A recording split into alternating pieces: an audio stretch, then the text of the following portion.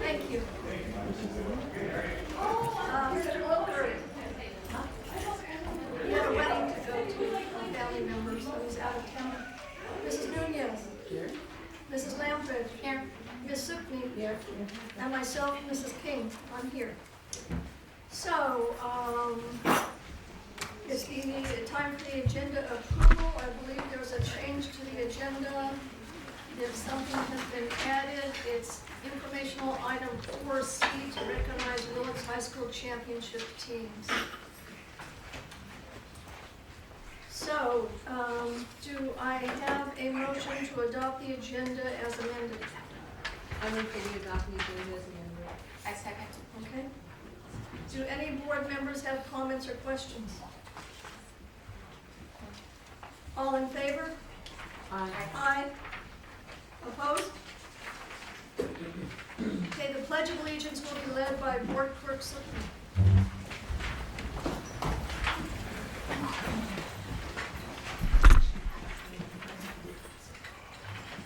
I pledge allegiance to the flag of the United States of America and to the republic for which it stands, one nation, under God, indivisible, with liberty and justice for all.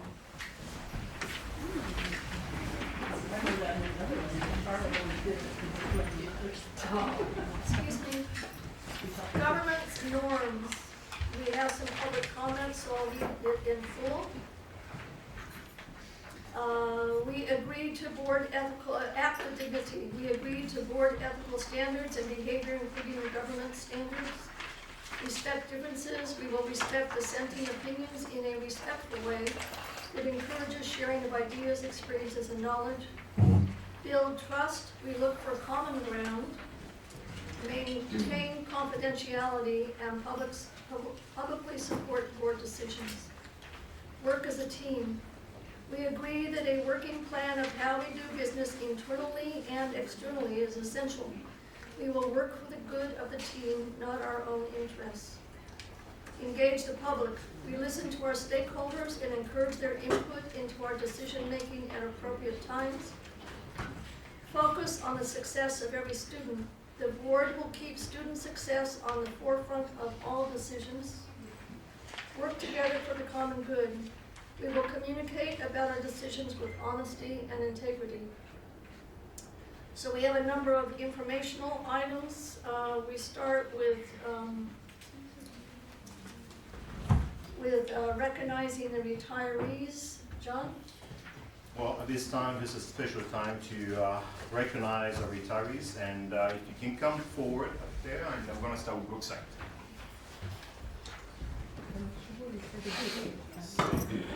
Oh, Sorry, I was like, okay, I think over here. So, I know Ms. Johnson was not able to be here tonight, so do you want to call them? Yeah. So she's actually okay. Joyce Donaldson.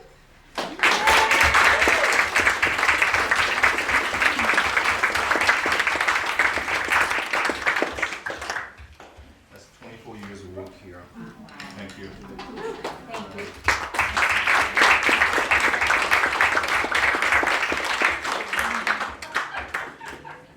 And Sharon Hannah.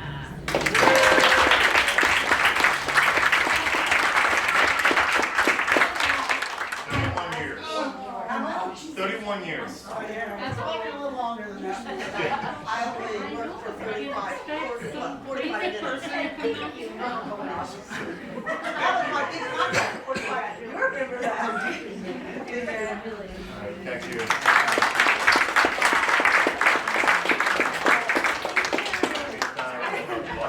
Literally, Yeah. I'm gonna get your picture. sorry, I wrote something that I'd like to read. Good evening, everyone. Tonight we gathered to celebrate a truly special group of people, our retirees.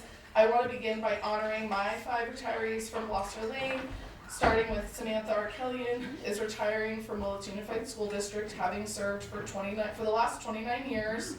Laura Rowland for the last, on and off for a total of 5. Diane Heath serving for 25 years. Karen Patteroo serving for 37 years. And Jackie Hertz also in total for 5 years. Yay. This evening we are honoring years of dedication and hard work that have positively impacted our community. While retirement marks the end of an era, it also celebrates the impacts these individuals had on our students and school community. To Samantha, Diane, Laura, Karen, and Jackie, thank you for your countless hours, the commitment, patience, and the care you brought each and every day to the students and staff at Blosser. The work you all have done has impacted Blosser in more ways than that I will ever be able to express. Over the years, you have all worn many hats: teachers, mentors, leaders, problem solvers, encouragers, teammates, and friends. You have helped guide others, supported one another through challenges, and contributed to the growth and success of the students at Gloucester Lane Elementary School. I have had the opportunity to work with all of these amazing women in different ways over the years. Both Karen and Diane helped guide me as a brand new teacher and then as a brand new administrator.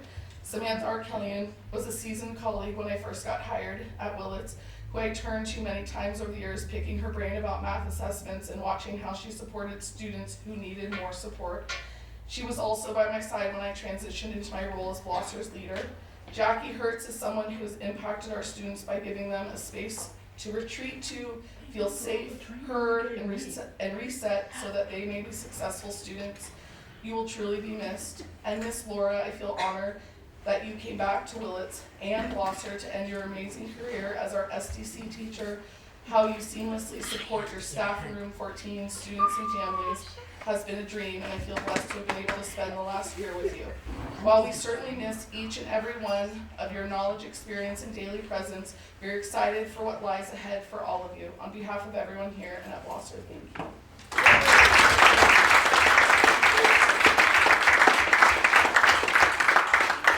So, I don't know if I see Laura. Okay. If she's out there, please come in. Diane Heath.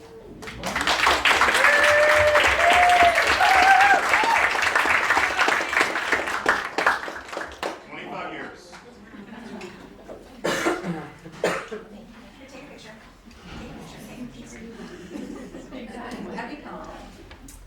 Samantha Arkelian.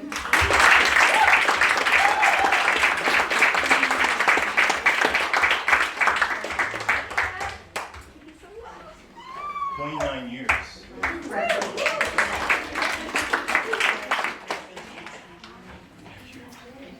She's for sure not here, but Karen, and for most people know her as Princess, we still she important.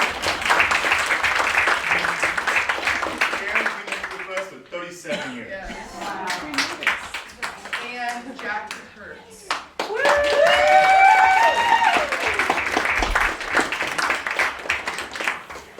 She's been with us for 5 years.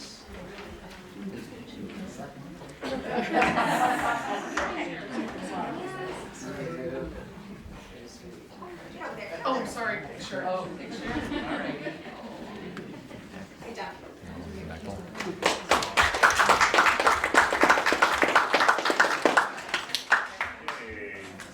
This time we're going to honor our retirees for Willits High School.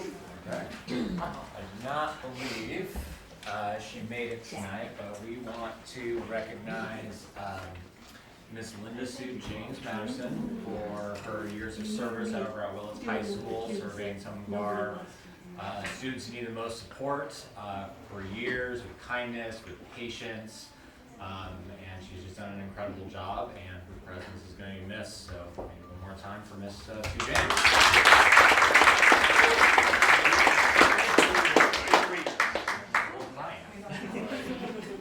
Then lastly, I have one more from the district.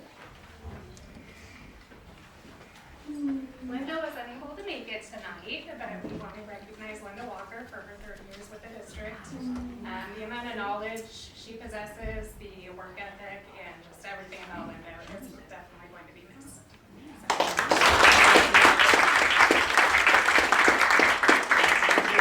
Years, and actually it was interesting when we started to add up all these years together, the amount of time that they're going to devote to the school district and their life into the education, serving the kids. We calculated everything was 219 years altogether. So, Can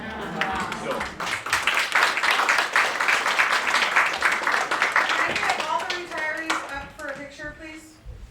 Where? I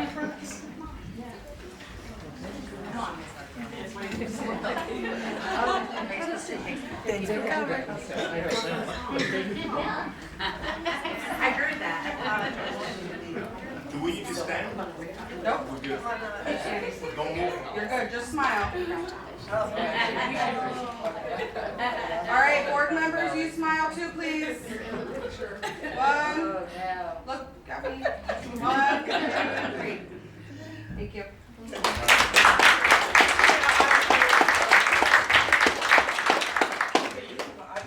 All my wedding pictures have my eyes closed. Look at this head.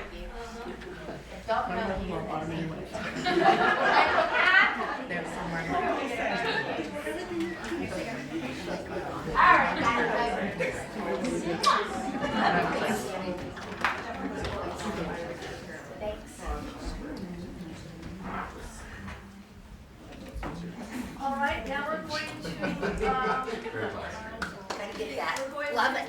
Gotta get those hugs. Charlotte! Okay.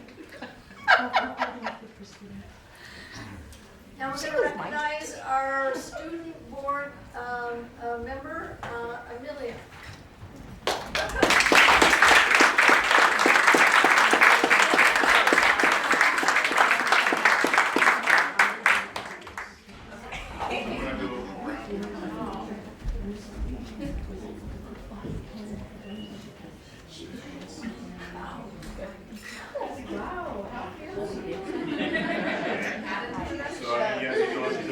Here, she's going to graduate very soon, and just a few days from now, right? You have a senior prom on Saturday, and you also have graduation coming up very soon, so it's quite exciting, and here you are, and we thank you so much for being part of the board, and being a student, and being a great student here at school, and we're going to miss you. Okay, thank you so much.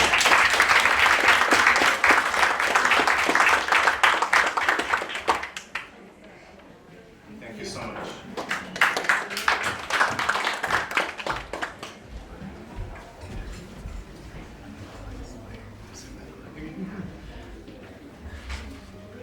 All right, and now we're going to recognize the Willits High School Championship teams, Willits High School varsity softball, and Willits High School boys golf.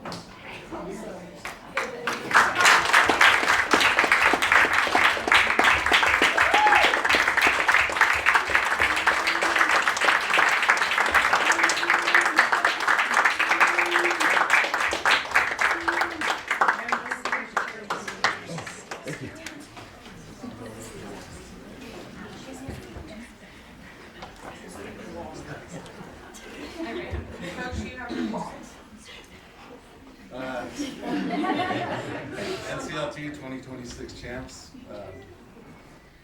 We finished out Tuesday up in Laytonville. It was kind of a must-win to solely win out the league. So we took care of business, and now we're waiting to playoffs. So if anybody hasn't made it to a game, come out and watch. If we get a home, these girls are pretty good at what they do. So thank you guys for having me and the recognition. All right. Congratulations.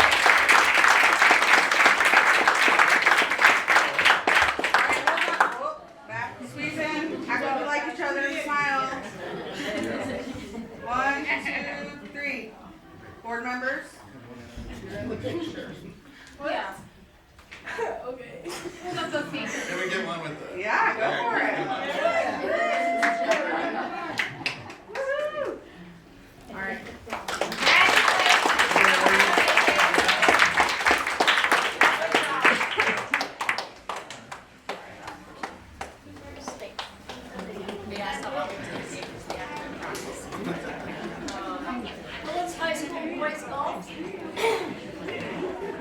high school boys golf. Yes, that's me.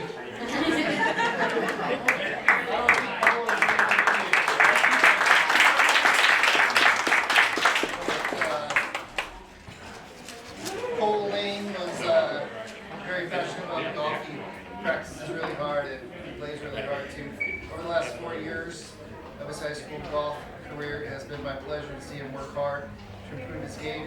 He was always first at practice and last to leave. And because of this hard work, I'm proud to announce he was the All-League Gold Medalist champion this year. And it's the second time he's done that in his career. So I know Cole wants to look at job opportunities in the golf field while attending college, acquiring a degree in fish and wildlife. So I wish Cole the best.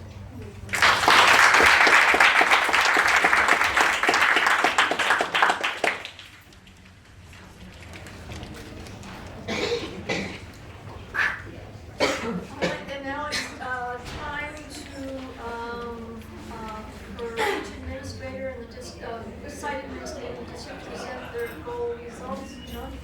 Yeah, I just want to say that the school site annual goals, so take it at the beginning of the school year, they had goals, about 3 goals that they put in place together, and that was presented back in September. And today is the results of the goals. Take into account that some goals, it takes time to achieve them, sometimes 1 year, 2 years, or 3 years. So now they're going to be presenting the goals to all the sites. And we're going to start with which one we have first. I'll go first. You go first? Okay, Gloucester first.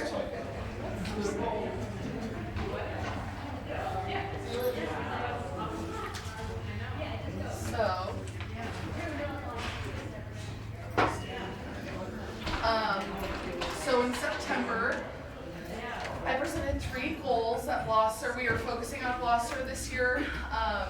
One of them, the second goal was more of kind of my focus. The first goal being one of the SMART goals that the Guiding Coalition at Gloucester had chosen around writing, and the work that we did around writing.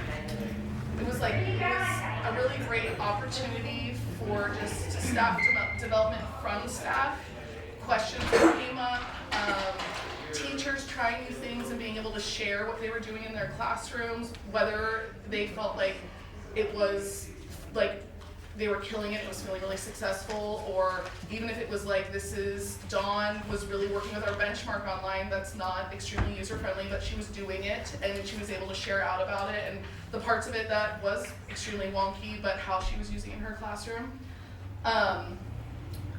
As part of that, would you go to the next slide? Or whomever. Oh, there are some of our students looking for clues in their benchmark books. Next slide, sorry. Here's how we did, thank you so much. Next slide. Okay, so goal number 1 was that each student would plan, draft, edit, and publish 1 piece of writing each trimester with the expectation, our expectation being that our goal is that 85% of our students would produce a grade level proficient piece each cycle being each trimester. To celebrate students' efforts and achievement, our school hosted a trimester-wide gallery walk to showcase the published pieces of work. To monitor the progress, teachers documented how student performance on a shared wide Google spreadsheet that was unanimous, except that you knew which grades you were looking at, but no student information or teacher. It was just grades that we were looking at. And that this data we looked at as PLC, so as a staff we looked at these, where we celebrated successes, we identified areas of growth and determined next steps to strengthen our writing, instruction, and outcomes. One thing that came out of this was lots of conversation about, we felt the Guiding Coalition felt really good about goal number 1 in writing, but then as you start to teach writing, you're really focusing on it, there were things that came up with that they did this, especially for 3rd grade, that they're doing this completely independently. They were just natural conversations. How are we looking at each part of drafting, editing, and publish? So looking at next year and continuing our work with writing, but how we would like to change this goal just a little bit to make it feel like it's working with the students more, and it's just more inclusive of also the student population we're working with currently. So, next slide. For the first, we don't have the third trimester yet because we're not at the end yet, but we have for the first and second trimester, the amount of students that we had that completed, that were able to complete that goal, and just seeing the growth from 19% in the first trimester to 35% in the second trimester. The other part of this is like seeing this huge growth in those percentages is purely because we have teachers that are working so hard in the classroom to make sure that the students are doing each step and making sure that they complete this piece of work and giving them opportunities to write during science and during math and other, not just a 30-minute writing block a day. Like, the amount of work that this took was amazing. Next slide. So here are some pictures from our gallery walks. Students did not have to publicly publish their piece if they did not want to, but if they wanted to, then we had some on science boards, some did class books, or we put them in like report style folders. And the first time we did it, we had kind of just notice wonder sheets of paper that students could fill things out about the different pieces they were reading. The second time around, Mrs. Abby Stevens is one of my school counselors and truly one of my right-hand mans. She was like, wouldn't it be great if we could give these to the students that other students wrote about their pieces, and that was a piece that we did not put in there, is, you know, what piece, what was the title, or who was the author. So in changing that for the second trimester, next slide. So that in this process, what we saw is that teachers put time into dedicating to collaborate, share openly, and be vulnerable as they began to work on building stronger writers at Blosser. Next slide. Goal number 2 was kind of like, came from me personally. You know, not every parent that comes on campus has a really positive relationship with school. And so maybe they never come to school events, or maybe they only come to back to school night, or they only come to open house. And so I would like to create more opportunities where families are coming on campus, and it's not for a meeting or for an open house or back to school night where you're feeling obligated because your child wants you to go. And so I did lunch on the lawn once a trimester. In the first trimester, we did it for 3rd grade. The second trimester, 4th, and then the 3rd trimester, we do it for 5th grade. And where parents are invited to come in, or families, and eat with their students. They can bring a special lunch if they want to. We serve lunch to the families that come and the students, so they also don't have to bring lunch, and they don't have to worry about eating or paying to eat, and they can just eat and sit with their students and talk. They can sit in the cafeteria. Lots of families, especially for the first trimester, brought blankets and umbrellas because it was still hot and we're sitting outside. For the 4th grade lunch and learn, a lot of the parents stayed and went out to recess with their kids, which was great. And I had dads playing against basketball games against 4th graders, and some moms playing soccer out on the field, and it was just fun to just see them in their own students' environment. And just the chaos that happens at recess. 5th grade, we try and make it a little bit more special just because it's their last time at Blosser, and so we have a place for pictures for families. But just trying to create space for families to build more positive connections and maybe feeling less apprehensive or nervous about coming on campus. This, I didn't really measure. I didn't have anyone sign in. I wouldn't want to do that. Would like to get creative. I also didn't take pictures because that also felt like this is their time with their student and I don't need to be documenting that. But I would like to find a way of measuring it. I don't know, maybe from student interviews, but so we'll look for next year because this is definitely something we'll continue. And then the 3rd goal, slide. Oh, there's our invite to 5th grade lunch and lawn. If you have a 5th grader or a friend that has a 5th grader, come and join them and celebrate them. Everyone is welcome. It's June 3rd. Thank you, Sebastian. Goal 3 was a very personal goal for Blosser Lane.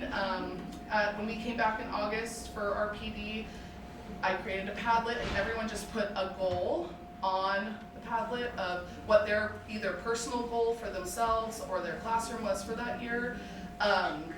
we printed it and had it in the staff room, and then part of the writing, when we would get together as like, we call them PLCs, but another word would be staff meeting, is different individuals from Guiding Coalition would run that time, and one of the things they would do was a 3-minute write in the beginning and giving us time to reflect on whatever prompt it was. It didn't necessarily have to be around, how's writing going in your class, but how is the day going, or what was one way you took care of yourself, because teaching is really hard and taking care of children is really taxing, and so it's really important to just have like a moment to reflect. And so this was just also not measurable, but just hopefully holding space for each other, like as a reminder, trying to set boundaries around not being in your classroom until 6:30 at night and leaving at 4:30 or 5 or whatever the goal was.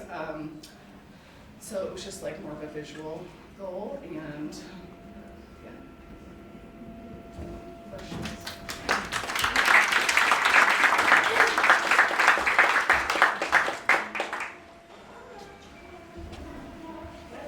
Mr. Baker? So, high school? Yeah, I'd like to next, can I do something slightly out of order, because we do have a retiree who arrived. She was working, and she couldn't make it in, but she was working. But I would like to recognize her, if she could come and she could.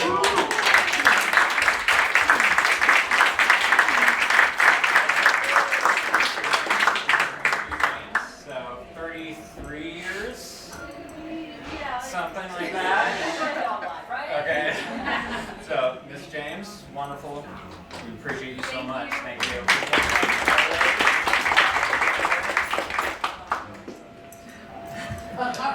Oh, you will? Can we got you on? She's done it since You got it on 6 months. after I meditate for a while. Thank you.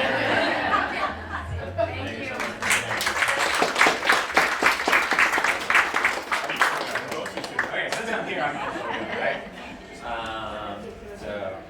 I have given up on making bad slide decks, so I have a Word document, because that's where I'm at. I'm not good at slide decks, and I figured I might as well go. Are who you are. Yeah, I'd rather give you something interesting. So, Sebastian, if you could zoom in, if you can, and if not, you guys can spin. So, I'll read you. So, we had 3 goals for the high school this year. The first goal is an academic goal. And our goal originally was to increase CAS scores by 5%, ELA in math, and then decrease Fs by 5%. I don't have that data yet because we just finished CAS testing last week, and grades aren't done yet. And I want to be able to compare for the whole year. But I do want to talk about what we've been trying to do to work towards this goal, and a little bit of a preview of what we're going to be trying for next year. So, what we did to try to basically, how do we work with students to increase their academics testing? Yes, CAS is one measure, but that's only one measure. So what do we do all year to do this? So what we decided to do is during our Tuesday time, we would use that time to meet in what I was calling student focus groups. So we get groups of teachers together with shared students to sit down on Tuesdays and spend an hour talking about kids, setting goals, and checking in every 2 weeks or so to see how they're doing. It's the most important thing I can think of to do with our time is sit around and have this. It's hard to do cross-curricular, or certain setups are hard at the high school, but this enables teachers across different disciplines. So I can have someone from science, computer science, woodshop, PE, talking about shared students to make sure that those teachers that they have throughout the day are all on the same page, right? That's how we make sure that kids are doing okay. We would set goals and try to make goals we could measure and check back on them every few weeks. We did this for all of trimester 1, trimester 1, all of trimester 2, most of trimester 3, and then what we did was we stopped and we said, okay, we set goals for our students, we worked with them most of the year, the groups didn't change, the students didn't change, let's stop and see how did we do? Did our kids meet the goals that we set by our own measures? We did a little research, and it came out to be about 60% of our students in our groups either met their goals or made progress on their goals, which is about what I was hoping for, around 70, but 60 is a good first try, because we also learned some really important things in that process. Not only did we learn where that was at, but we also learned where some of our challenging students were.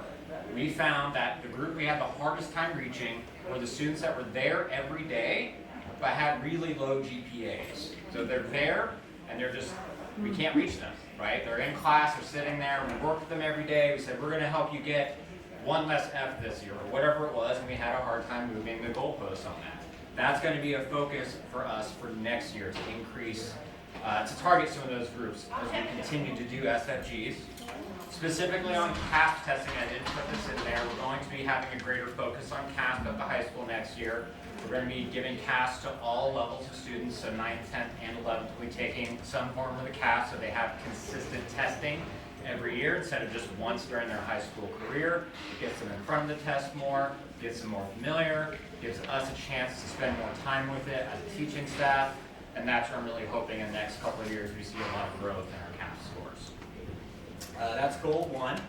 I have my glasses off, so I have no idea if that's scrolling. Thank you, Sebastian. It's a lot less nerve-wracking when I can't see it. All right, second goal is about school culture, learning environment, community. So our goal was to reduce the amount of out-of-class time students spend. For every minute they're out of class, it's a minute they're not being in English with Miss Hall and learning how to read and write. And we need them to do that, right? So our goal was to reduce 5% reduction in time spent out of class. We were going to do this through Minga. Minga is our digital hall pass system. It's pretty straightforward. Kids make a pass, and it goes into the system. So if I'm on my phone, or a campus supervisor is, he knows or they know exactly, hey, you're not, Maggie, you're supposed to have a pass, you don't have a pass, where are you from, where are you supposed to be, right? It allows instant communication. We're not radioing. I don't have to walk down there and find somebody. That's kind of the idea. So, if you scroll down a little bit, initially in the first few months, we were issuing about 3,000 passes per month, roughly. Okay, that's based off the data we had. You can see the big spike. Down to March, April, we were sitting around 1,200 to 1,500 passes per month. So we're seeing a big reduction. What has really helped, we have our current campus supervisor. Just started recently, came over from Bechtel, and he's doing a great job. He has an iPad, and he walks around and ensures that when students are out, they have pass. And if they're not, what's going on, and we're turning them around. It's not perfect, but it's been, what we are seeing is a reduction in the amount of time students are out of class. There are fewer kids just wandering the halls, standing around, doing whatever they do. It's not perfect, but it's been an improvement, right? One of the things we're looking forward to doing next year, a couple other things about reducing time out of class. We also switched up the single-use stalls, single-use bathrooms in the front of the building. We turned them to keys, so it's like a gas station kinda. You have to get a key from the office. What we're seeing immediately, there's less kids loitering around, waiting to go in there. They're spending less time in there, doing whatever they were doing. Now they're doing their business and moving on, right? And it's important because it's right at the front of the school. And it's embarrassing as a principal to have parents walk in and there's just like 4 kids just standing around waiting to use the bathroom, right? Or whatever. And so that's really cleaned that up a bit, which has been really positive. We've also removed some outlets and locker rooms and stuff to reduce the amount of time people are hanging out and charging their devices or their hair straighteners and starting fires and things like that. So we're trying to make these changes. The goal is not to punish students, the goal is to support them making good choices, right? Students, if they don't have bad choices to make, they make positive ones. That's the goal. So that's where we're going with that. We want to continue down that. We want to enforce that. The way we're going to get a little bit better next year at the Minga passes, we're going to have kiosks. So every classroom will have the exact same way kids check out. There'll be a little computer or a Chromebook or something at the front. They put in their information, off they go, right? It's seamless. It's seamless. It's off the teacher's hands. They're not having to do something. It's consistent for the students, so every class they go to, they check out the same way, and that makes things easy for students, right?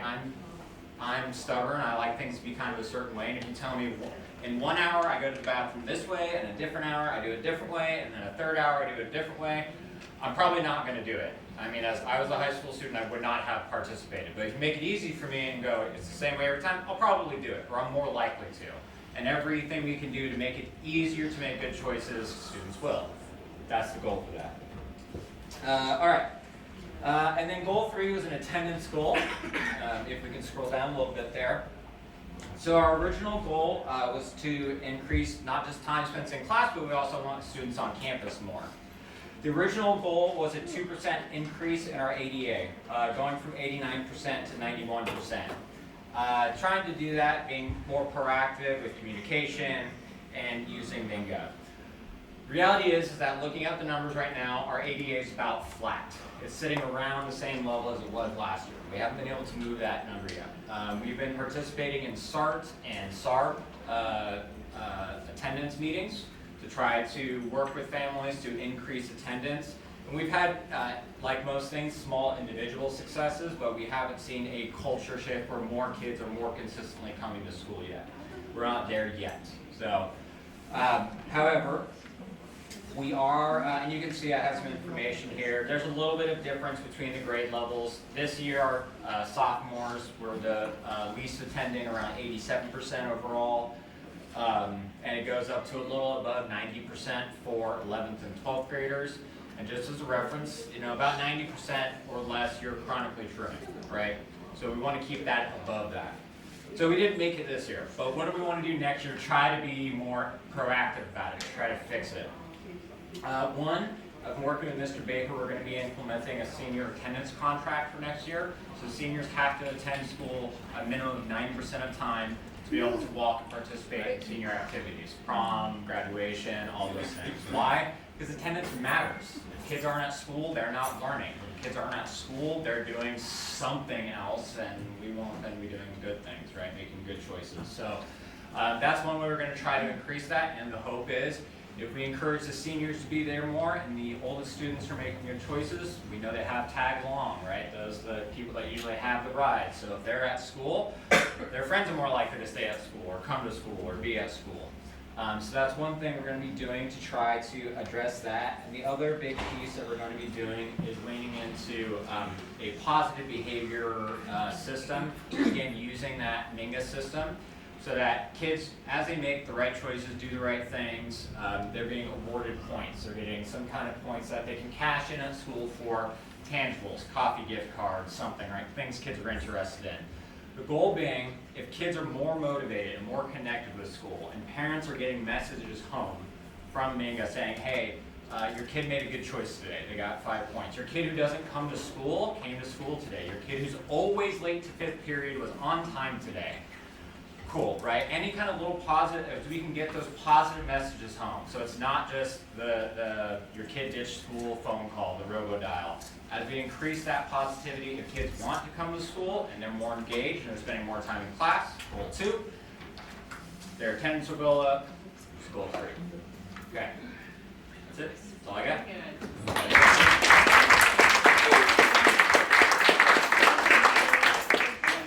I'm sorry. I got questions, sir. Hi. Hi. I'm wondering, there are often excused absences, right? And so Yeah. certainly I imagine that'll count.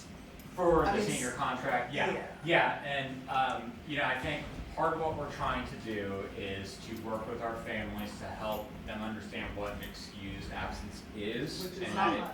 Which, It's not much. I know, so we're trying to do that, trying to go through that process to increase it. It's, yes, excused absences are separate than that, but we still have to try to keep our students here. Yeah. Yeah. Okay. No, it's good. Thank you. Thank you. Thanks for your time. Run away.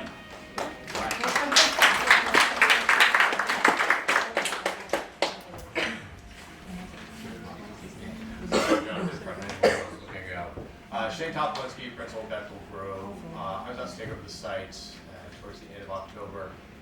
Now, you may have seen that these are slightly different than the goals that were presented back in September. What I wanted to do was represent the work that we did this year. When I came over the site, we were riding the ship. We'll just leave it at that. My staff's fantastic. They've done a great job pulling together and supporting our students and supporting each other. So I wanted to really, there's actually 5 goals, sorry, it's not 3. But there were some things when we walked in the door. Some of these things were just formed through conversations with the department leads. Some of these were formed through conversations with my vice principal, Mrs. Sandoval, and some are something that I noticed as we came in. So if you want to move on to the first one, And really, I think as a whole thing, it's something that I keep kind of trying to reiterate to staff. Consistency is key. I think that's ultimately the goal, that when we want to move forward, we want to change anything, it comes down to consistency. Are we all doing it? Are we all trying to implement this? Are we all trying to, because let's be honest, like Mr. Mansfield said, if only half people are doing it, no one's going to follow it. So the idea is we want to make sure it's the case. So the first thing we came in that was very glaring is campus safety and supervision. We want to make sure that our kids are as safe as possible on campus. So a few things that we adjusted. First one was the supervision zones. We found that kids were kind of all over the campus, and they could go where they want, when they want, at lunch and brunch, and that was a problem. It made it hard for us to be able to see them all. It made it hard for us to keep an eye on them. And so what we did was implement 4 zones. We have our cafeteria, outdoor eating space, and then we have our blacktop as well as our field when it's not a lake. And the idea is keep eating in the eating space, keep the running about and crazy in the space where that's okay. So if that's something you want to do, we have a space for that. And so that was something that suddenly, just a quick change, it took like I think maybe a week to try to get the kids aligned to it. And they're kids, they're always going to test the balance. But majority of kids are doing it. They are where they're supposed to be at brunch and lunch. And it's making it easier for us to keep an eye on them. But things perfect by no means, and we're going to continue to work on this. Next thing we did was realign staff provision. So we have specific zones that they are assigned to. So speaking of supervisors, myself, Sandoval, and whenever we need additional help, our office staff is fantastic. And then on certain days where we might be short, someone's going to jump in, but we try not to make that the norm. And so we have specific spaces, and then we're also trying to rotate them so it's not one person in the same spot for a month or 2 straight, so that they, one, get to know the kids more, but also they just be able to have a different approach. The idea is we want to make sure that we are being consistent, and I'm stepping out of line here, but also there are specific meetings. So Mr. Sandoval is having weekly meetings with campus supervisors to go over expectations, to address any concerns and trying to be proactive before they arise. We are currently, actually no, I think we might have that one filled. Implemented use of safety vests, so also to make our campus supervisors more visible out there. And so they're wearing these yellow vests, and I'll be honest, they are not the most flashy, stylish things, but you can see them from a distance. So the idea is that our students can see them, our staff can see them, and if any parents are on campus, they can see as well, so they know who to go to if they need help. And then radio codes as well. We want to try to keep the radio chatter down. So we're only talking about important things. We're only talking about things we need. So Mr. Sandoval will work on creating specific codes if there's a need for help. So I won't say them, but specific codes so that we know this means we need something in that space. And I'm going to be honest, while progress has been made, this is definitely an area that we are going to continue to focus on. Because I believe that, and I think all principals are in here are going to agree, our #1 goal at our campuses is safety. We want our kids to be safe when they come on campus. We want a lot of other things. We want them to learn, we want reading and writing, but we must try to create that safe environment for them. And so this is always going to be a focus that we focus on moving forward. Want to move to the next one? Next is we want to try to create a consistency, as I said, consistency is key across the classroom as well. This is going to carry into one of our goals for next year. But we came up with something we call first 7, last 5. The idea is we're finding that kids were coming into the classroom amped up and they were leaving classes amped up. And so what we did was try to create consistent entry procedures and exit procedures. So get your kids in, and the idea that where does instruction start? It starts at the door. When kids are lining up outside and they enter your door, that's when instruction starts. We want to be thinking about, because a lot of times we don't think about all the little minutiae of teaching, and someone who might not be in the craft might not see that. You really need to think about what do you want a kid to do from when they walk in that door to when they sit down. What do you want them to do to take out the paper? Where do they want to turn things in? What do they do if they need to sharpen a pencil?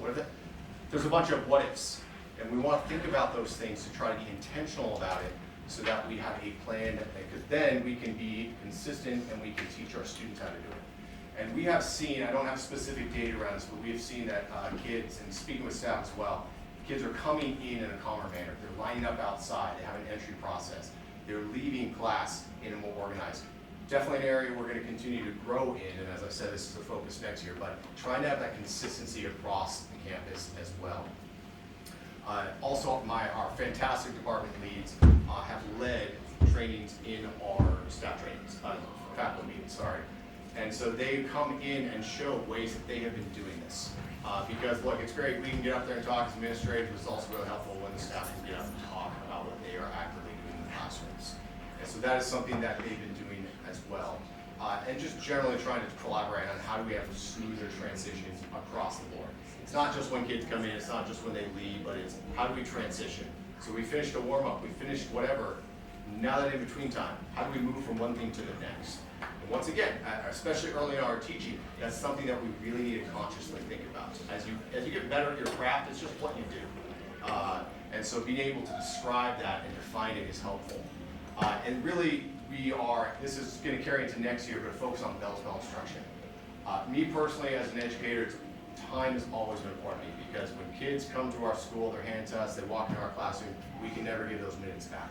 We can never give them additional time to learn whatever subject it is. So I believe that the minimum we can do is be prepared when they walk through those doors. And so the idea that that bell rings, when that bell rings, is how are we trying as best as we can. Look, we're not always going to be our A game every day, but as best we can that day to ensure that they are going to learn in our classroom. That's our goal. And as I said, this is going to continue to be a focus. It's going to be a big focus of what we're doing next year as well, the bell-to-bell instruction. If you want to move to the next slide, please. The next was our office when we came in was, we had to move a few things around. It was a little chaotic, and so we've adjusted a few things. And our goal is to provide a customer service for our students, for our parents, for our community members, really anyone that walks through that door. Because I want them to have a positive experience with Bechtel Grove. So we want to increase a quicker and more responsive service to students so that they're not just sitting and waiting. So parents aren't just sitting and waiting. We want to prioritize when we can, get whatever that kid needs, get them back into class. Because my staff's probably heard me say this quite a bit of times, where's the most important place a kid can be on campus? It's in classroom learning. I think we can all agree with that. That's why they're at school. So we want to try to do that, even when that comes up to the office. Improve communication between office staff, administration, student support, and personnel. And this is all, once again, still work in process, but it's something that I believe we moved to where it's generally, not always, calmer in the office. Generally, we're able to get kids in and out in a quicker pace. We're able to provide supports for our community members and parents when they come in. And then really, we just want, like I said, be a welcoming environment when they come in. So still something we're going to continue to focus on. But this is an area I think that we have grown significantly in, and our fantastic office staff has done a great job pulling together and supporting each other and really helping us achieve this goal for this year. Want to move on to the next one?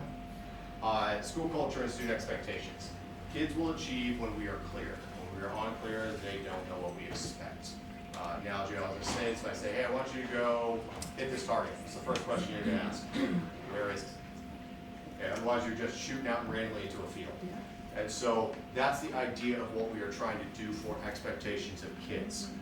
It's something that's been a work in progress, and we've had to try to adjust things as we go. The plan is not the hope. The plan is when kids come back, we're going to start from day one in the fall and say, here's what it means to be a student at Bechtel Grove. Here's what it means here's what we expect of you. Here's what it means to be successful. And so increase the emphasis-wide focus on consistency, as I mentioned earlier. Strengthening communication between admin, teachers, and support staff with student support needs. Continued emphasizing positive relationships and student accountability throughout the school, and increased efforts to build more structured and supportive learning environments across the campus. This is always going to continue. I know I keep saying it's going to continue to be a focus, but that's really what it is. If we want to get better, we have to keep focused. We have to keep working at it. We're never am I going to look at something and say, good enough, because we can always get better for our students. That's why we're here. And so we really want to make sure that we create a greater consistency because when our kids know what we want them to do, like Mr. Mansfield said about the passes, sometimes it's as simple as that. It's just, how do I ask to use the bathroom? Sometimes it's more complex. How do I go and ask for help if I need help? How do I go and do whatever? And we want to try to be as clear as possible with kids and then be consistent, specifically from day one. Because we're really intentional about it for the first 2, 3, 4 weeks. We're going to set ourselves up for success for the year as well. And then I believe there's one more, if I remember correctly. This one, I'm not going to go into detail because at the last board meeting I presented on this one, but we saw a need for our students specifically for reading mathematics. And so we want to address that. And so we created a 5th period intervention class specifically for sections for our targeted extreme intervention needs, where they're behind and we wanted to provide support for them. And this actually went into place November 12th. If I'm off, I apologize, but it's somewhere around there. And the staff have done a fantastic job, as presented last board meeting. From beginning of the year till February, which is the last time we gave Renaissance assessment, we're giving the one this week and next week, so we'll have the more recent data very soon. We saw that our students increased within the span of, what would that be, 6 months, 5 months, half a school year, by about 1 year across the board. And so that was fantastic. And then when you looked at those targeted classes, we actually saw that increased for some student groups in grade levels up to 1.5 years. And that's not even the full school year. And I'm not taking any credit for that because I'm not the one in the class on a daily basis teaching these kids. So I want to give the credit where credit's due is our teachers in the classroom working hard and really being intentional about supporting these kids. So if you see any of them, make sure that you congratulate them and really just thank them for the hard work. And then really the idea is that we want to use this data to place the kids intentionally, and then also it instructs in those classes, but also our instruction as a whole, how do we better support. And so we're going to continue doing intervention for next year, and we believe that we're going to continue to see success, especially starting from the beginning of the year. So we're going to be able to use our CAS data, our Renaissance data, and any data we can get a hold of to try to figure out the best way to place our kids to support them. So really what I hope comes out of this is, I know it's not aligned with the goals that were placed in the beginning, and I apologize if that's off base, but I really wanted to represent the work that our teachers and our staff have been doing, because this, I believe, has made the school move in a positive direction. We're not there yet, but we're moving in the right direction, and I truly believe that. And once again, I can't express this enough, it's due to the hard work of the staff on campus. And they are committed to our kids, they're committed to seeing them learn, committed to supporting each other, and I just want to, once again, thank them for the hard work on that. So with that, thank you very much for listening to me. Hopefully that didn't feel like a half hour, it did to me. But, board, any questions before I step away? Can I run away before we ask one? Yes. No? Okay. Thank you.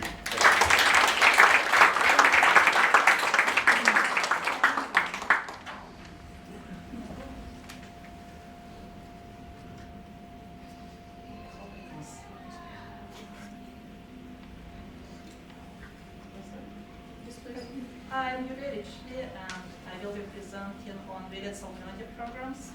That includes Sanhedrin Alternative High School, which is an in-person program, New Horizons K-8 Independent Study Program for elementary and middle school students, and New Horizons 9-12 Independent Study Program for high school students, and Willits Adult School, which is high school diploma program.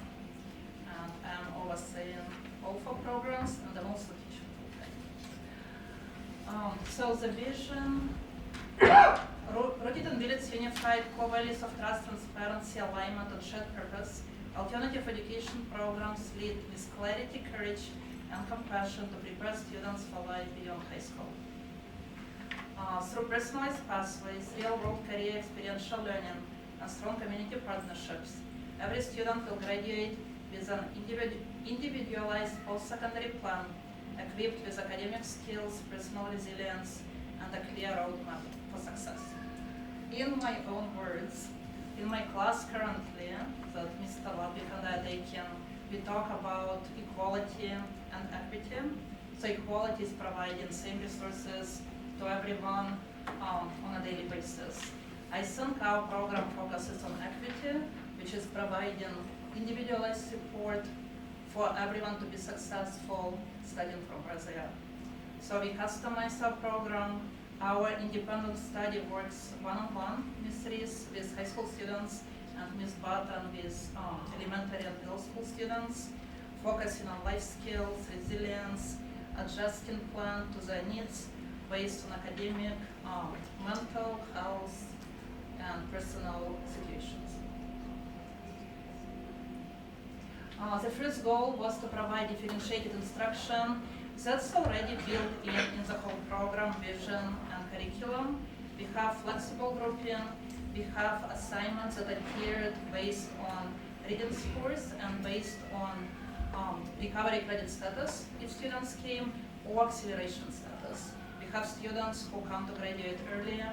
We have 14 students graduating who are 11th graders. This year, who are ready to move on, they have a clear path for after school. And 2 of them are joining Marines, and they already, I believe they're both shipping out in October, and both graduated. One is 16 years old, which is remarkable. So our alignment, we support personalized learning. We have students who come to Miss Lisa. Student came with 130 credits to graduate, and he did it this year. And he will be recognized at our end of the year awards. And some students come with 1 class, and there was a reason they could not pass. And once again, we adjust their program based on where they are and help them graduate. So, progress monitoring. All our curriculum is online, but it's we provide academic support in every class. We have students working on 5 to 10 subjects probably per period, and we provide support as they go and where it's needed. I think I covered writing the curriculum. It's all A through G aligned. We do not provide lab science at this point, but we do have agri-science dual enrollment program. So if someone is looking at A through G pathway, they can utilize the class and complete the requirement. We offer 3 to 4 college sections on campus through Mendocino College faculty, and I'm also faculty from Mendocino College. I teach 2 sections each term, and that way all our students are exposed to college onboarding, whereas they might have not considered it in traditional environment. So it's in smaller group, very hands-on. Have amazing culinary instructor, amazing agriculture instructor, and it's a fully coded pathway. And we have, I don't have college and career counselor here to ask, but we have at least 4 to 5 completers this year, which is remarkable. Flexible due dates, we go with either 504 or AP planning or pacing as needed based on student schedule. We have students who work full-time, who are caretakers, in various capacities, so we adjust based on their needs. All our accessibility tools, it will be on next in, they're built into the program. So they have various, they have a menu, they can listen to text, they can translate chunks of text, they can take notes, so they can have dictionary, so it adjusts to different reading levels, and students can go to, so they can listen to audio, they can go to modified versions of the lesson as well. And they have a few retakes until they're successful. So it's very scaffolded.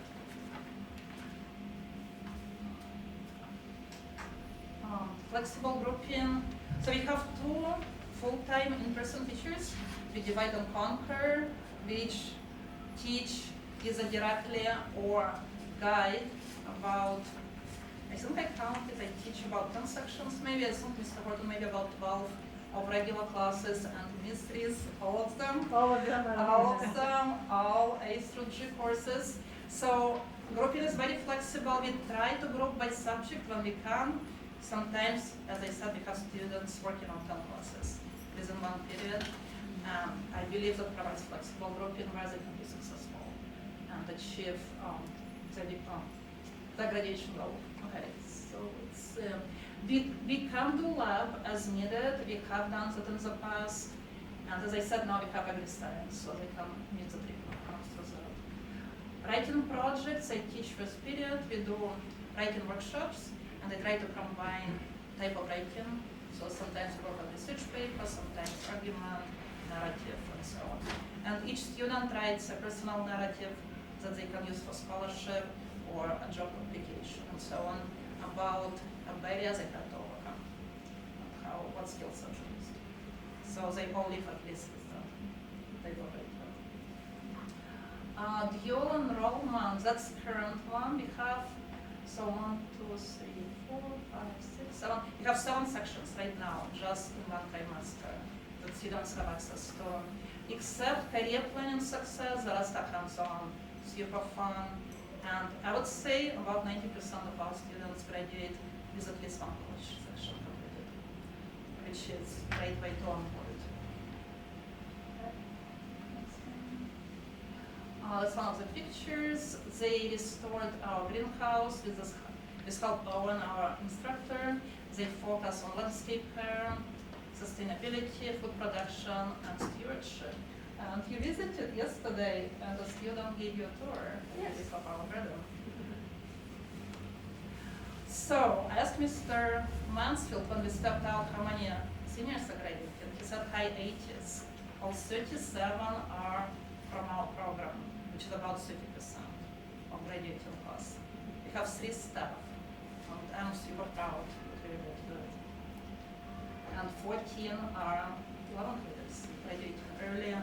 A lot of them already in college this term instead of going to that program.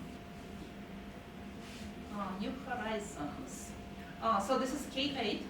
They do a lot of hands-on activities where students can still be exposed to fun curriculum. They do writing projects, they play board games.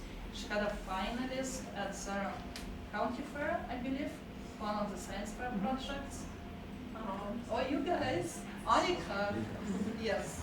And she came and presented our high school students as well, her project. That was amazing. They asked her questions, and it tied in with our agri-science program. It was about edible plants.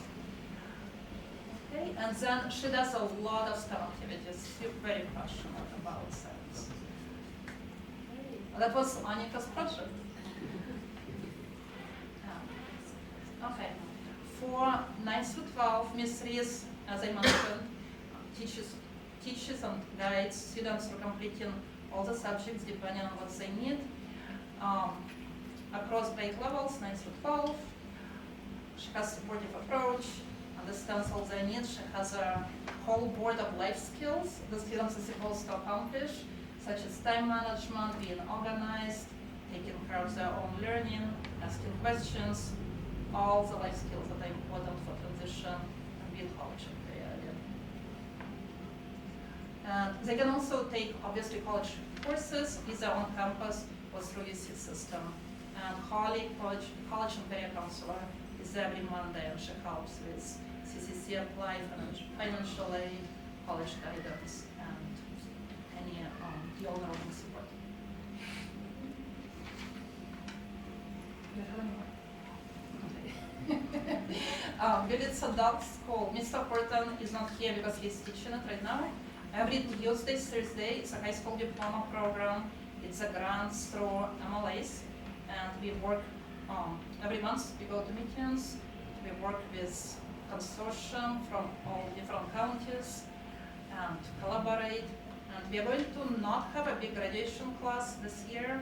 I want to say about 7 students are graduating on June 1st. Will be a graduation. And those are various ages, anywhere from 18 to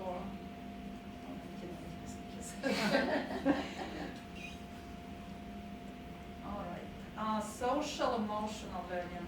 I think that's a big one because that's their chance to rewrite the story and be successful. We had a counselor briefly in the beginning of the school year. We are looking at adding that next year, having social emotional learning counselor, a trained professional to help with emotional support and empowerment. And well-being, connectedness, that's every day. From that, just being through one-on-one, giving a new start, experiencing success on a daily basis. So we provided with them by design with the program and stuff. We will be, actually, if you go back, we will be administering service, so I will have that data, I guess, by the end of the month to see how students are feeling about the program.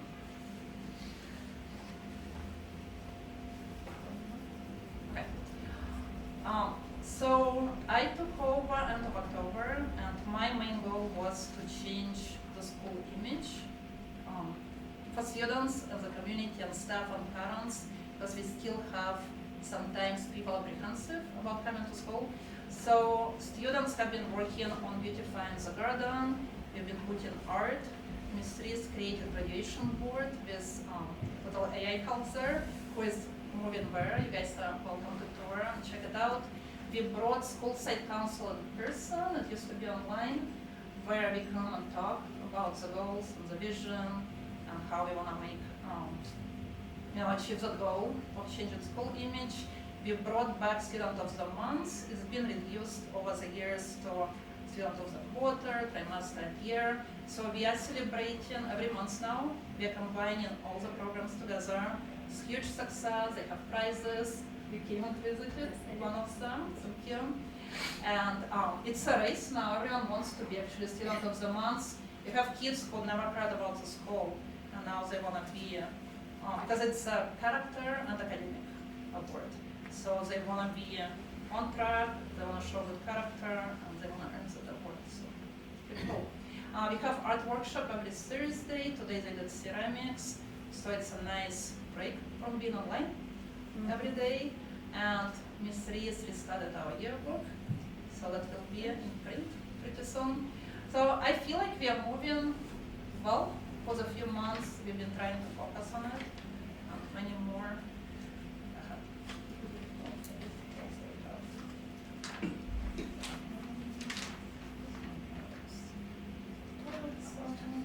Evolving. Okay, so I have been asked how we are planning to evolve as a building.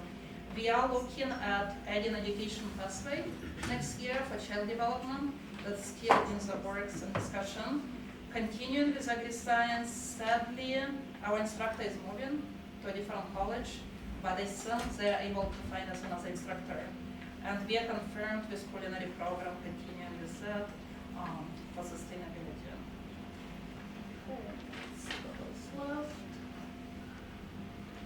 Oh, that one was just covering about Student of the Month. So we are recognizing effort, improvement, achievement, not just top grades, and recognizing leadership in school.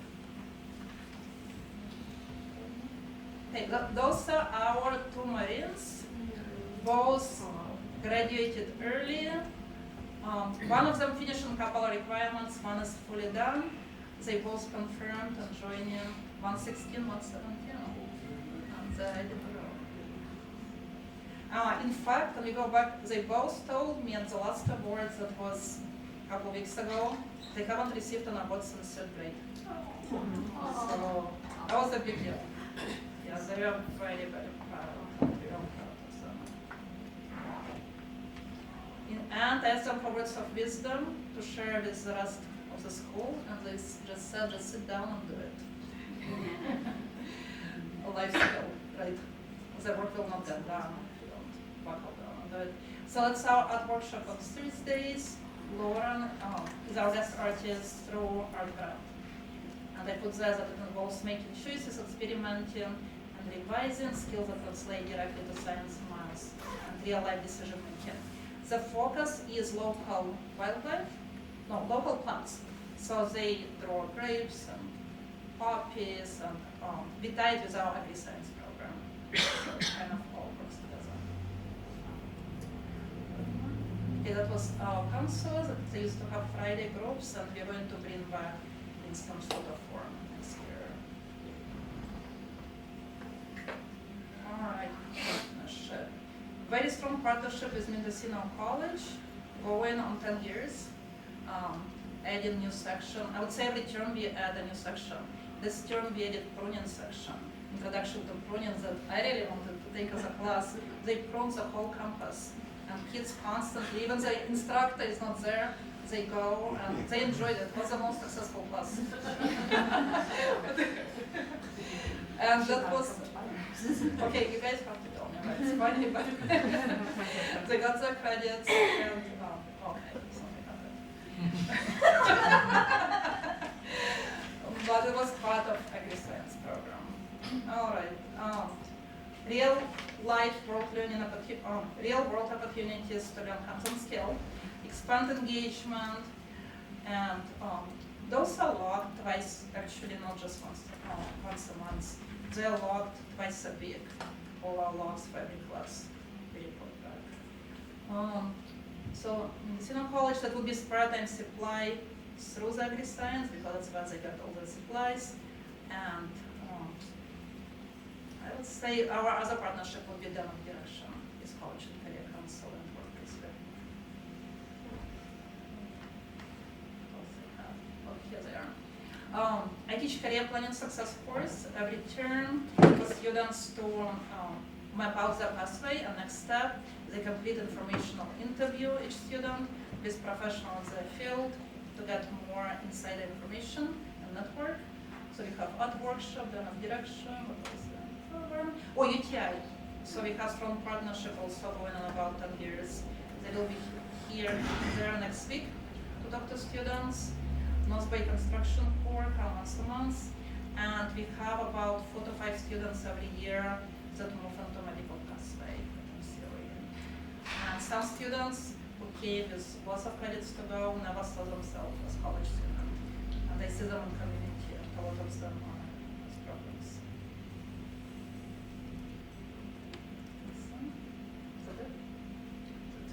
Is that it? Your presentation. Oh no, I said, what's there any more slides? Any questions? I have one. You know, in the educational work experience program, are those like, do you have people like spare time supply or the pathway to the MCOE pathway and things like that?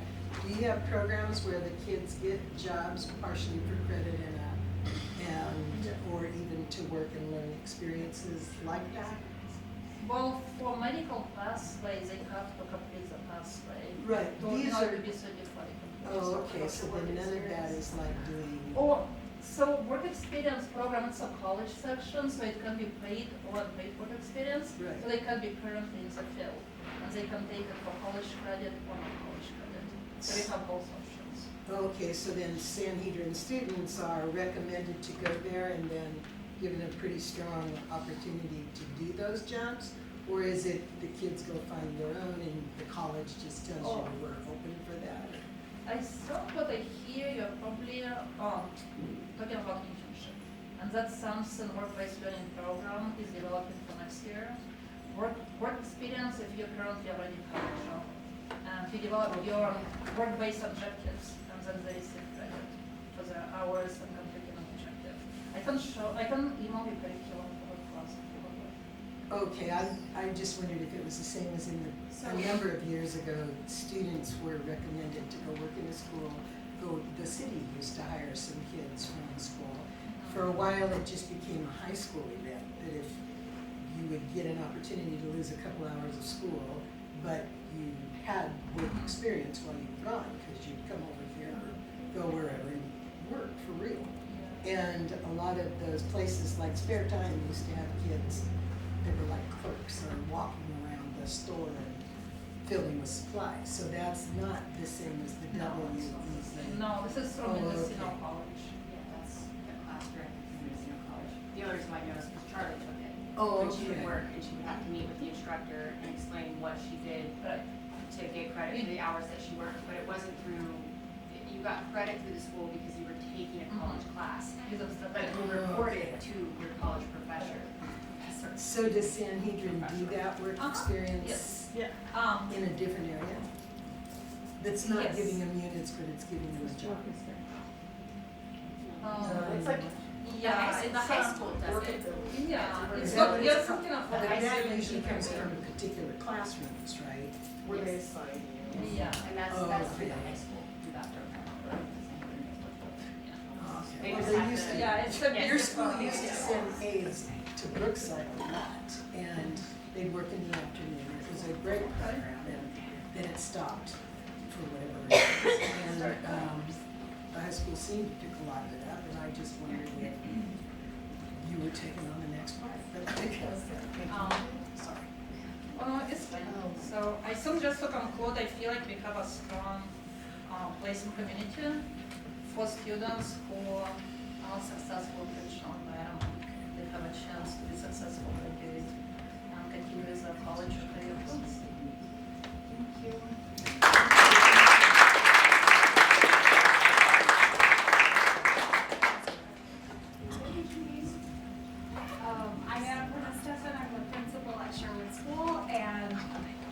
school is thriving. We've had a busy year. I will keep this very short because I'm very tired. I took the full school we took the whole school to Camp Puente today, and then the 4th and 5th graders are spending the night there tonight for their overnight field trip. So, yes, and I'm here. Candy, yes. I started the year with an academic goal in writing, and you can go to the next slide. So, we have made great progress this year with our writing goal.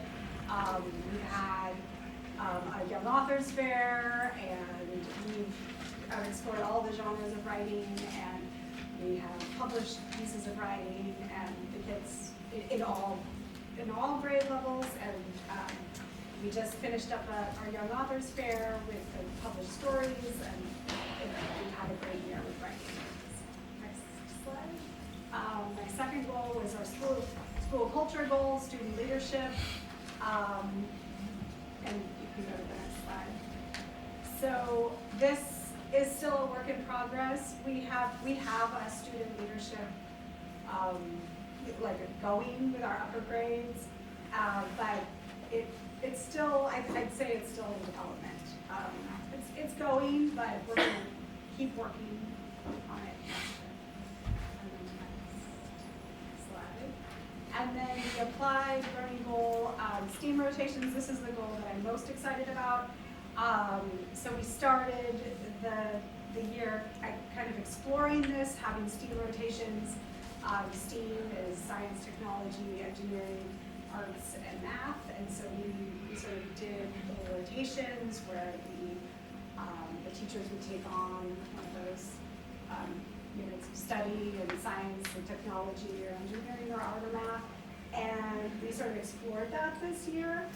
It went really well, and so we want to, it's sort of a 5-year trajectory to really implement this appropriately, but we have invested in some Spike Lego kits.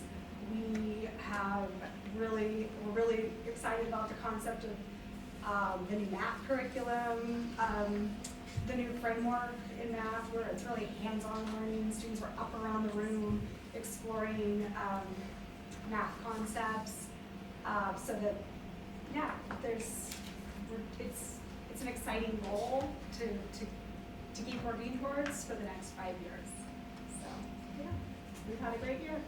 Thank you.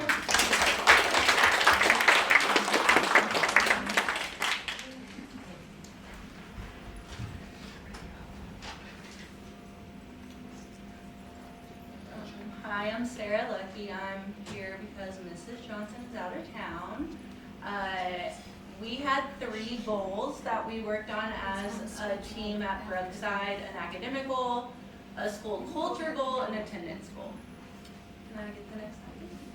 So our academic goal was all around our high frequency words, and then our CBM fluency measures. And the CBM fluency measures different things for each grade level. In kindergarten, it measures letter names and then letter sounds. And then in 1st grade, we start with letter sounds, and then we move to reading an oral passage, how fast they can read, or how many words they can read in 1 minute. And then they also continue that in 2nd grade. And then we also did our high frequency words. And so we are currently assessing for trimester 3. But as far as trimester 2, our goal is 80% and 51% of students in kindergarten, 1st grade, and 2nd grade have met the goal. One thing is that our word lists, they do grow, but they don't change throughout the year, so they're being exposed to the same words continuously, especially in kindergarten and 1st grade, because we have shorter lists. So they're getting more practice right now, and a lot of kids are showing a lot of growth, so that's really exciting. We'll have an end-of-year data reveal in our PLTs on May 26th, and then we'll have a celebration for families on May 29th, and students who have made the goal get a certificate and get it celebrated at our school assembly. And then for our 2nd goal, our school culture goal, we had a full survey with 5 questions, and 20 students for each grade level were asked these questions in a face-to-face survey, and they had a choice of either yes, sometimes, or no, and that's kind of what it looked like on the paper for them. The 5 questions are: what are our school rules? I follow our school rules. I feel safe at school. Adults help me when I need it. And students at my school are kind to each other. This survey was given at the end of April, and the data was already, this was already submitted. So the results are that 88% of the students pulled 80% or more on the survey out of the 78 students. I guess that's how many people were surveyed. So we met our goal. Which was really great. The highest scoring question was, what are our school rules? Which the kids know, which is great because we really practice those like every single day, so I'm glad they know them. But unfortunately, the lowest scoring question was, students at my school are kind to each other. So, not honestly really a surprise because they're still learning as little kids how to be kind to one another. So we're going to continue just teaching and recognizing our Brookside rules. We started this year implementing Brookside bucks, which are similar to what Gloucester does, from my knowledge, which the little kids think are really cool because they have Gloucester bucks and Brookside bucks. And they're based on our 4 school rules, and then each month students are chosen, 2 students from each classroom are chosen from a drawing to go to some sort of little celebration, like we've done kite flying. They've done like a scavenger hunt where they found a little thing and then they got to trade it in for a prize. So just little things to keep kids motivated, and really trying next year to focus on those 2, the school rules next year that we'll focus on will be being more respectful and kind to one another. And then our final goal was around attendance. So we started with an attendance and a goal around 80% of all Brookside students will have 94% attendance. But they were having difficulty tracking it accurately, or so. I'm not really sure why they adjusted the goal. But by the end of the new goal was switched to that Brookside's average attendance for all students will be 94% as recorded in daily attendance records. And we were close. We made 91%, so we started off pretty strong, but you can see where things like holidays and things like sicknesses have happened. So this is something we're celebrating, our end of year celebration, where we are celebrating kids with attendance tags, and then each class from a grade level gets a trophy for whoever has the highest attendance by class, and that's been a giant motivator. The kids that really want that trophy for the couple of months in our classroom. So we'll have that on the 29th. Yeah. Any questions for me? Thank you.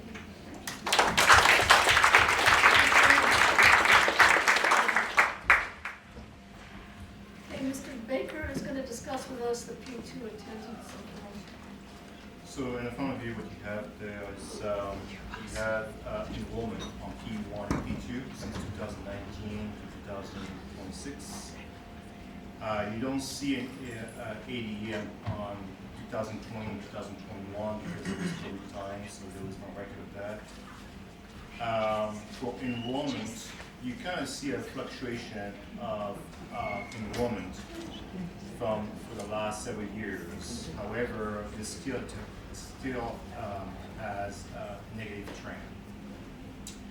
For P1, 2025-6 this year, you're looking at P1 was 1532, which is about, for ADA wise, it's 1410, which is 92%.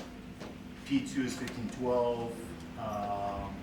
There was a decrease there, which is 1379, 91%. It is typical for a school district to drop during the times because of sickness and kids staying home, and so typically ADA does decrease. But that's why this school year we're working hard on finding ways, and also the high school saw that having kids come to school. And when kids come to school, it's all ADA is on money. So because the state of California is funded on ADA, not enrollment. even though this January, just a few months ago, is taking into consideration the state of California to look into enrollment as well, to be funded as other states. Most states are funded to enrollment. We are almost the unique states who are funded to ADA. But that's pretty much it. It's kind of, it's routine and kind of showing you exactly what the numbers are. Okay, Superintendent Baker is going to provide us with information on the summer school plans.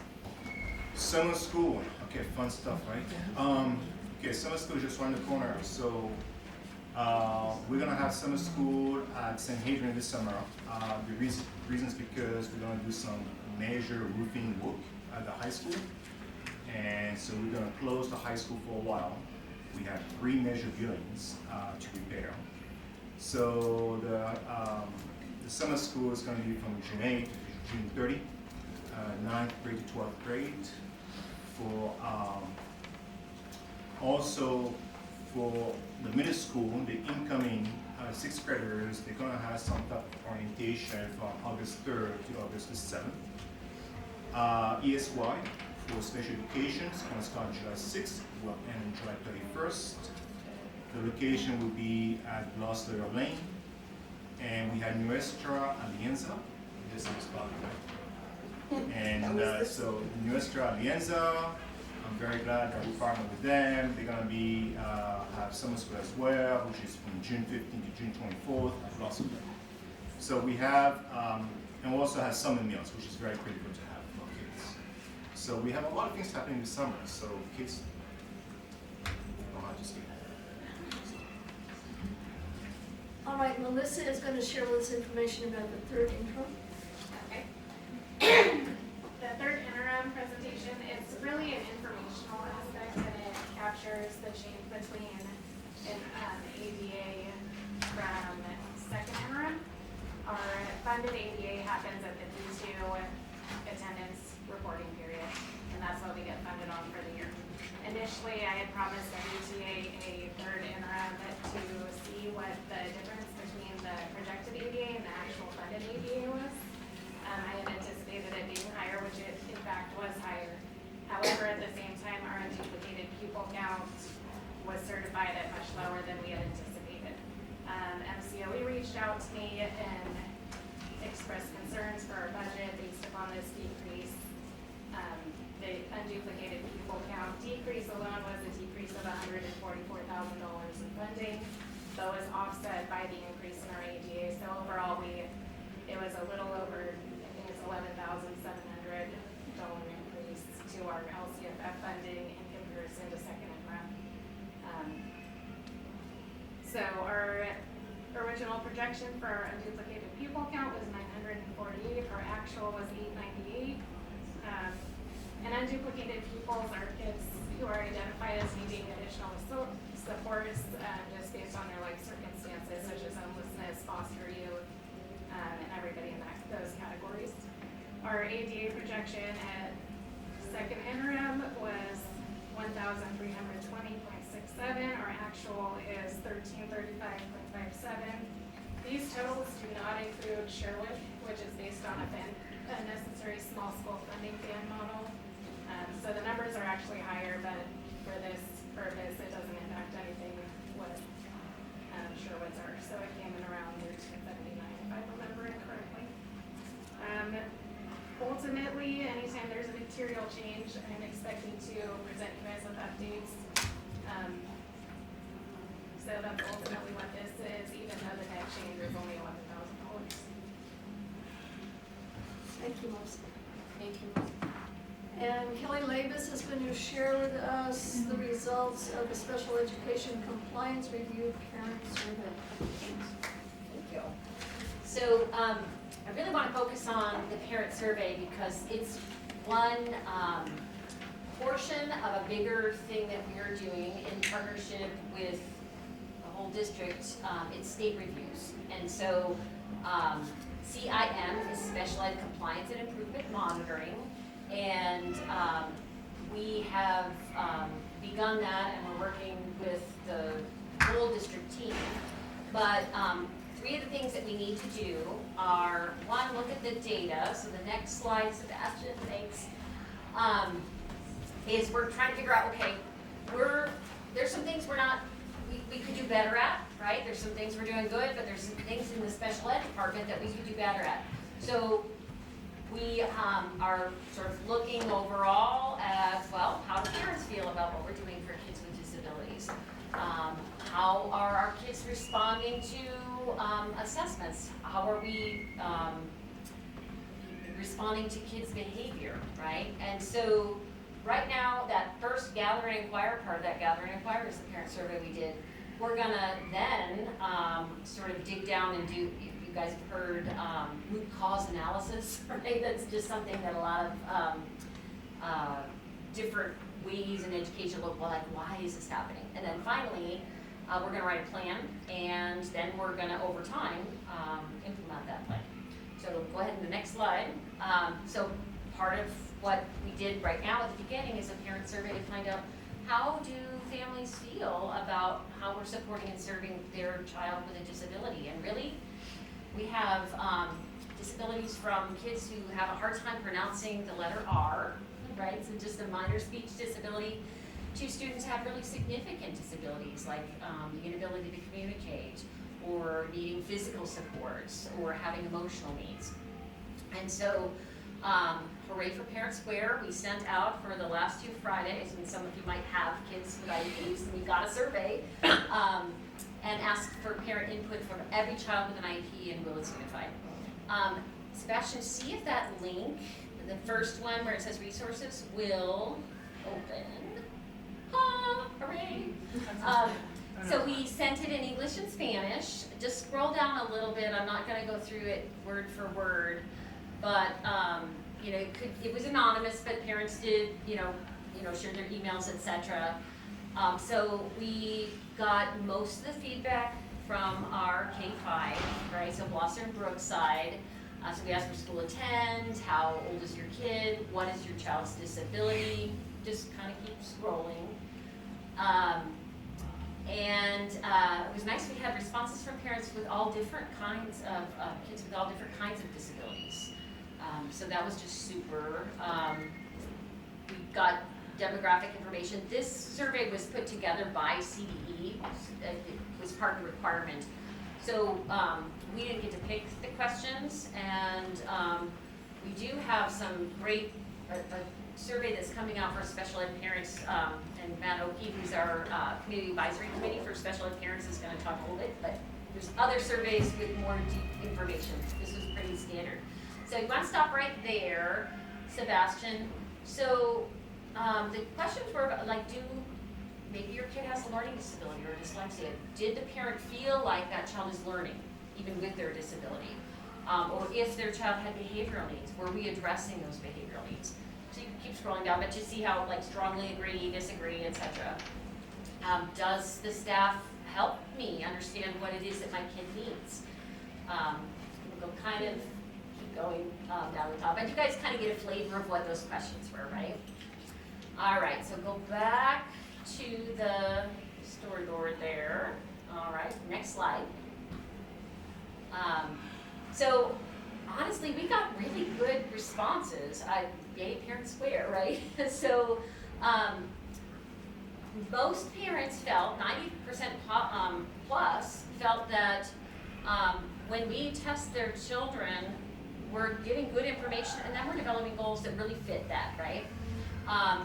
We review students' goals, parents understand what it is that we're doing, right? And I love, and this is all of us in Willits Unified, our kids who have disabilities have access to everything everyone else does, right? That is like, it just warms my heart, and that's how it should be. High agreement that students have access to school and extracurricular activities. There's a lot of alignment with the special ed teacher and what the general ed teachers are doing. Other strengths were 93% of the parents felt like when my kid has behavioral needs, we're going to address it. They trust that we're moving forward with that. Overall, most parents agreed and felt like there was good patterns with general ed and special ed working together and positive relationships with families and staff. So hooray for that. Then some of the concerns that came up are on the next slide, so we've got work to do. So there were a lot of responses that people weren't really sure. Like, so the question about, my child is an English learner, what kind of support do you have for English learners? They would check that unsure box. And so families might not understand the services that we're providing, and we might not be communicating well enough. So it's a goal for all of us in the special ed department, but me in particular, we want to get better at communication. So it's not a lack of services, but a need to improve how we explain things. And then just on for our English learners, I think a lot of families need more explanation about, okay, so my kid is learning English, but they also have dyslexia or a learning disability. What does that look like? So that's an area we want to get better. Go ahead and go to the next slide. So what we're going to take this information and do with next is we've got a team and we've got some data to look at. We want to get better at communication. We want to get better at sort of making sure that families know what it is that we're doing, and that's going to go into our compliance and improvement plan, as a bunch of other things that we're going to be doing in special ed. So overall, I was really impressed and pleased, and I would say that if there are parents who had concerns and it wasn't overwhelmingly positive, I always encourage folks to first talk to the child's special ed teacher, and then if still have more questions, you want to go to the principals, we communicate a lot, or just call me, 459-5314, extension 1109, and we'll talk. And maybe we need to meet again and again, but we'll work it out. So thank you, that's what we got.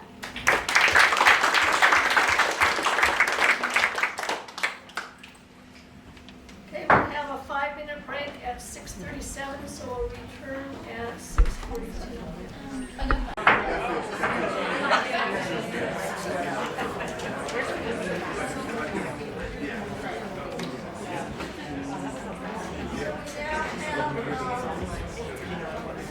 Comments? So I'll start with student board. Okay, I'm definitely ready to go home, so I'm gonna keep this short. But basically, at the high school, leadership has been doing a lot of planning, a lot of it. We have prom coming up, we're planning our Spirit Week. I'm really excited for the Spirit Week because we're actually, for the first time, we're doing a Commitment Day Spirit Week. I think it's as a Thursday, which is really exciting. So I'm ready to see where all the seniors are going. And we're starting our campaign and elections now for our next year leadership team. So, and everyone's really excited about that. We're having a lot more show than we ever had. So we're having a lot more people actually running for office, which is really exciting because will be an actual campaign instead of one person when no one's running. So we have our spring carnival coming up on the 22nd. But before that, we have our spring rally, which is we're going to be having our candidates be giving speeches then. So that'll be exciting. Our senior class trip is on the 29th, which is finally all set in stone and ready to go. That was a huge predicament for a while, but yeah, we're on track to go. And the seniors are pretty excited about it. And then we have prom this Saturday, and then everyone's really excited about that one. And then we want to give a shout out to Ms. April for helping us set up last year and this year. So thank you. You're welcome. Yeah, and then we have graduation coming up, which I was just, knowing me, I always go with the win. And I didn't know if it was the 9th or the 5th or the 4th, but I officially figured out it was the 4th. So, I hope so, because silver grad is going to be awesome. yeah. And then we have, after graduation on the 4th, we have the sophomore class is going to be having their first annual soccer tournament, and they're really excited about that. So they're getting their refs together and everything now. So yeah, that was my short and sweet. So, yes. What Amelia said, if anybody wanted to come help for prom, you're all more than welcome to. We set up Friday night, Saturday morning, and then we do cleanup Sunday morning. So if you guys want to come hang out, we'll be in Brook Hills Lodge. She'll sign off on your community service hours. Even you adults. Got you. Alrighty, I'm headed. Bye, Amelia. Thank you.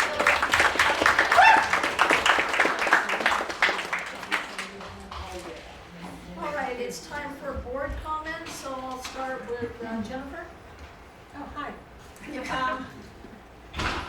So, this has been a very busy week, it's been a very exciting week, and I turned 76 today. So,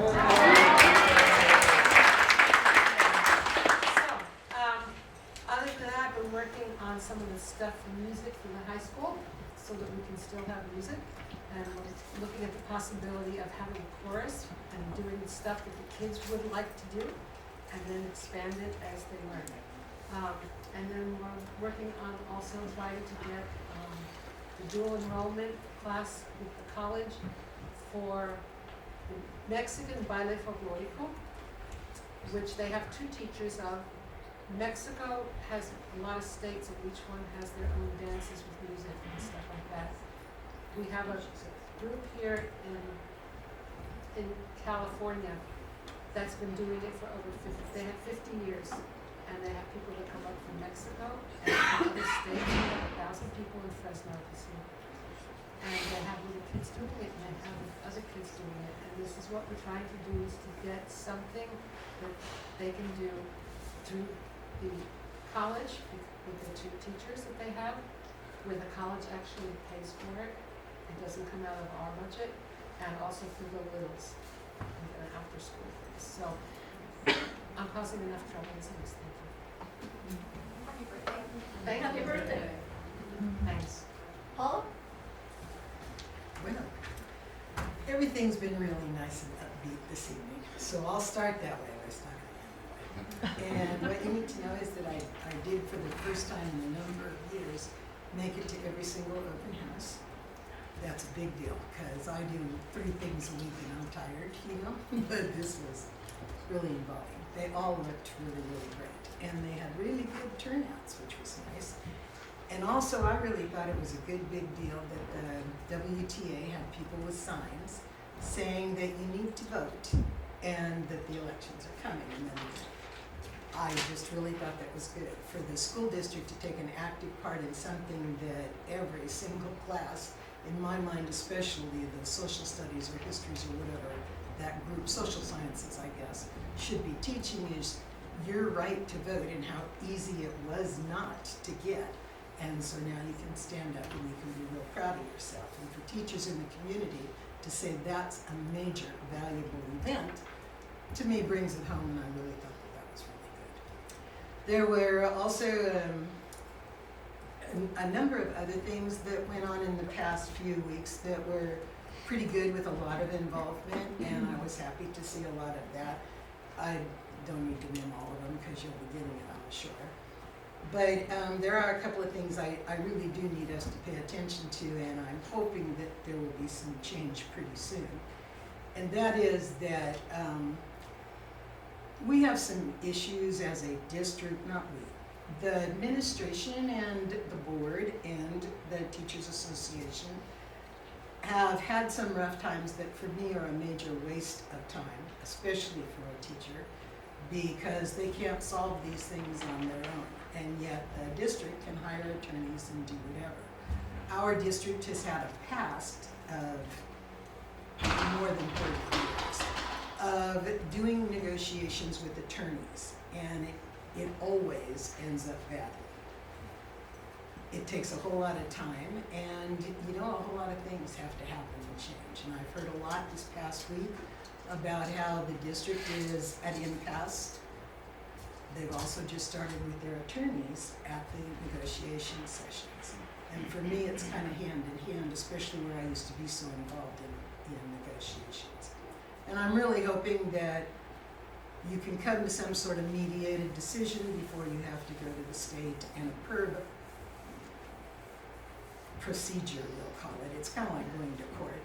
And it just would be really, really good if we didn't have so much trouble getting into agreement with people who all do have the same goal. Especially when you figure the goal is to make sure our students learn an awful lot of things. And where it is a truly hard job. And you're wasting a couple hours of your day on how you write up a grievance or how you have to file documents to make sure that everyone who needs to gets to hear information that should have been settled either over coffee or at least during a meeting. It's just very, very disheartening. And so I really hope that that straightens up really quickly. The other thing that's been going on a lot, and I'm sorry that I forgot it, I even cut it out for Jeannie actually, because I thought, I saw you the other day taking pictures of the posters and things that were out, and it was a really nice article that was written. I hope everybody had an opportunity to see it, and I just had forgotten, or I'd finish that before I went to the next step. But I was going to offer it to you because I didn't know, are you the one who submitted the pictures for all of that? Oh, well, they were really outstanding. So for whom all that did that, good job. They looked really good. It gave a good face to our district. And then I have some concerns that I guess I'm going to find out about. So I'll wait on those, but they have to do with sports and things like that. And I was also disappointed that we just didn't have a better opportunity at some of the carnivals and things like that to really reward the people who set that stuff up. And so maybe next year, if I'm around, actually, we'll see how that goes. We used to do carnivals a lot at a lot of the schools. It takes 2 and 3 days to set all that stuff up, and that's just if you've got everything together and your people show up at the right time and you had an overall plan before you even started. And yet, the one at Blosser, the one at the high school, they were truly beyond outstanding. I didn't care how old you were, you went there and still had a really nice time. And I was just super impressed. And it was very fun to go to Bechtel, which I've gone every year for a few years. People showed up way more than they used to. And that was a big deal. And then naturally at Brookside, not to lessen the impact of Brookside or the preschools, but they always get a bunch of people. And even this year, they got their standard bunch of people. It was just very fun to see all that enthusiasm, and it's just like Anna Perna the principal at Sherwood had said, you are already working all day long. You are already 100% of what you can give out. Not really, you're about 150%. But then you're supposed to go home and be 150 to your family and to the rest of life.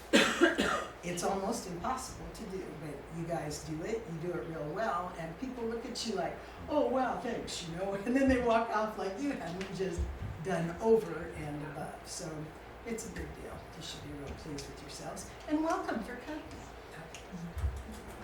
Thank you. April? I've got a lot to say. I'll try to make it quick.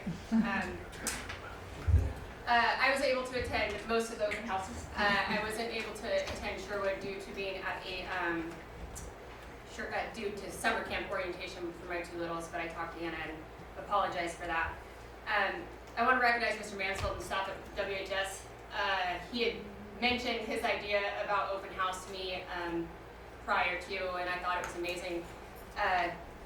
Not only did he turn it into a community event, he invited so many other organizations to come. They cooked food, you had people hanging out and talking. It was just such a nice change. As a parent, thank you so much for the change. We were able to connect to our junior class. Our sober grad was there. We were able to start early and get moving on next year's seniors, so I appreciate that. Thank you.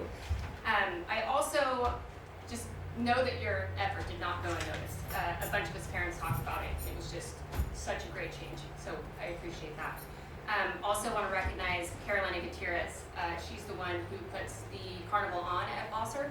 I know it takes a team, but she's the one that does all the legwork and did all the leading of it, so just make sure to tell her thank you. It was amazing. The kids always love it. And I want to acknowledge first that I understand people are passionate and want their voices heard.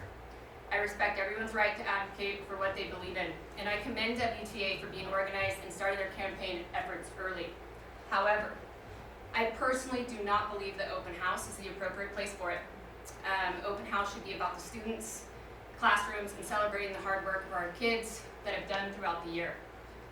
Families attended to support their children and connect with teachers, and I believe the focus should remain on creating a positive experience for students. No matter where anyone stands on current issues, I hope we can all agree that school events focused on students should stay centered on kids and accomplishments they have worked so hard for. When we were in there, we had parents asking why they were picketing outside, and I had to stop instead of enjoying open house with my children and explain what was happening. I also want to take a moment to respond to comments and concerns that this board is not listening. Speaking for myself, I do not speak for anybody else on this board. I have made an effort to meet in person, by phone, by email. I've had conversations. I hear directly from teachers, staff, parents, because I truly do care what you have to say. I make the time, whether it's in a grocery aisle at Safeway or a event with my kids. If somebody wants to talk, I make the time for them. You just have to reach out. If you have things to say, you have problems, you have concerns, please. All of our information is on the website. My phone number's there, my email's there. We all live in a small town. It's easy to get a hold of me. Listening matters, and I have made myself available, but listening and agreeing are not always the same thing. As a board, we have also been asked by this community to provide accountability. It's been a big thing. When I first started to come on the board, the parents were like, people need to be held accountable. Why are things being swept under the rug? Now that we're trying to do that, there's been a lot of pushback from the very people that have asked us to hold people accountable. The truth is, we cannot expect our students to be held accountable by holding adults to a different standard. Accountability must apply across the board if we want to set the right example for the kids. At the end of the day, we all want the same thing: strong schools, supported staff, and the best possible future for all of our students. We are not always going to agree on every decision. That's a fact. But I truly believe we need to find a way to work together and communicate better for the sake of kids in our district. As both a board member and a mom of 5 within this community, this is very personal to me. I want our students to see adults working through hard conversations with respect, honesty, and shared focus on what is best for them. I encourage you to reach out, get involved, and have those hard conversations. On a lighter note, we're 21 days away from graduation, and in the final stages of Sober Grad. Sober Grad, which a lot of people maybe not know, takes a lot of work. It's letters, it's meetings, it's fundraisings, none of us on our board have children that are graduating. It is time away from our families. It's a lot of stress to make sure that they meet that $40,000 goal, so we are able to put on Sober Grad for these kids. But with that being said, on the night of, when you take a step back, and hopefully I don't cry, because I absolutely am very passionate about Sober Grad, and I love these kids.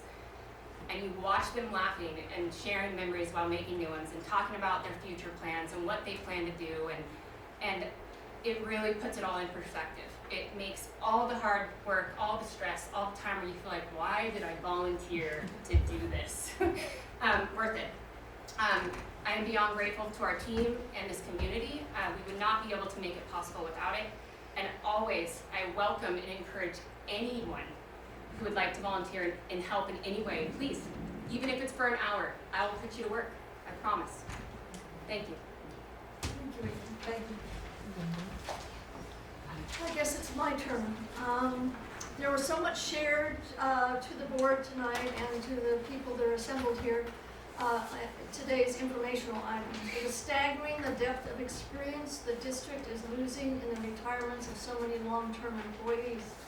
Combined, the 9 retiring employees have provided about 220 years of service to our district students. I wish them the best in their retirement. I also want to thank our student board representative who has done an awesome job in that role. I wish her the best in her future endeavors. I understand she's going to Berkeley. Congratulations to the Willits High School champion, Willits High School varsity softball and boys golf teams. And kudos to the special ed staff for their such an awesome parent survey results.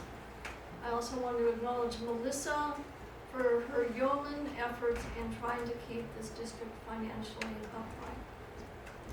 And thank you to the site administrators and the staff of all the different school sites for making such progress on the annual site goals. It has been a very busy time of year at all school sites. I've had the pleasure of attending all the open houses at all the school sites with the exception of Sanhedrin because I was sick. I know preparing for open house requires a lot of effort on the part of staff and it doesn't go unnoticed. I was really impressed with the student writing I saw exhibited as well as the wonderful artwork. What fun the Gloucester Carnival was on Tuesday. Since I missed Sanhedrin's open house, I spent an hour there this Wednesday talking to administration, staff, and students. And I also attended the Young Authors event at Brookside and enjoyed reading some of the student books on display. I spent a morning this month attending social studies history classes at Willits High School. Thank you to Ms. Silver Brown, Ms. Hogunian, and Mr. Papp for being so welcoming. I saw some great teaching and great student-teacher interactions. Loving dogs, I attended the dog assembly at Dr. Grove, and I'm glad that we're working so hard to put another safety feature at work in our schools. And today I attended the BMX assembly at Blossom. What a great time it was. It was an awesome assembly. So they had 6 teachers? Yeah. 6 teachers laid down and the BMX riders jumped over them and it was pretty awesome. Kids were just thrilled. I continue enjoying attending the Willits High School baseball games. The team has been doing very well as of late.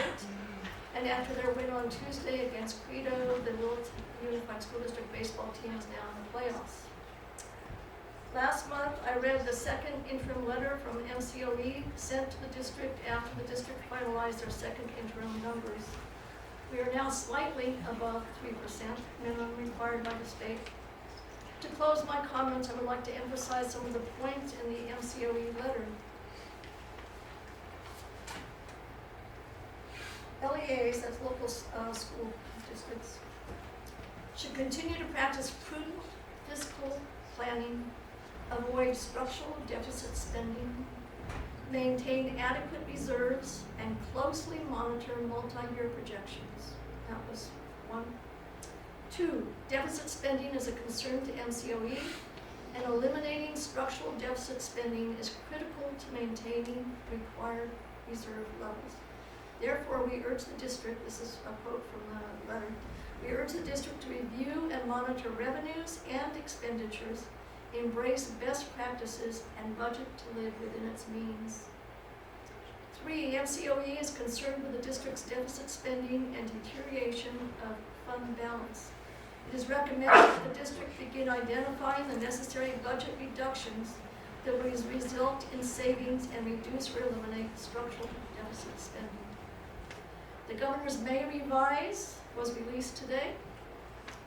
I am very interested to see if the updated state budget will impact our budget, positive or negative. And I'm attending a CSBA workshop online next week while I'm on vacation to take a closer look at the Governor's May revise. I know that things will continue at a very energetic pace as we head towards the end of the 25-26 school year and prepare for the 26-27 school year. Thank you for all that you do. You are appreciated. Okay, so now we have CSEA. No one from CSEA? Okay, how about WTA, right?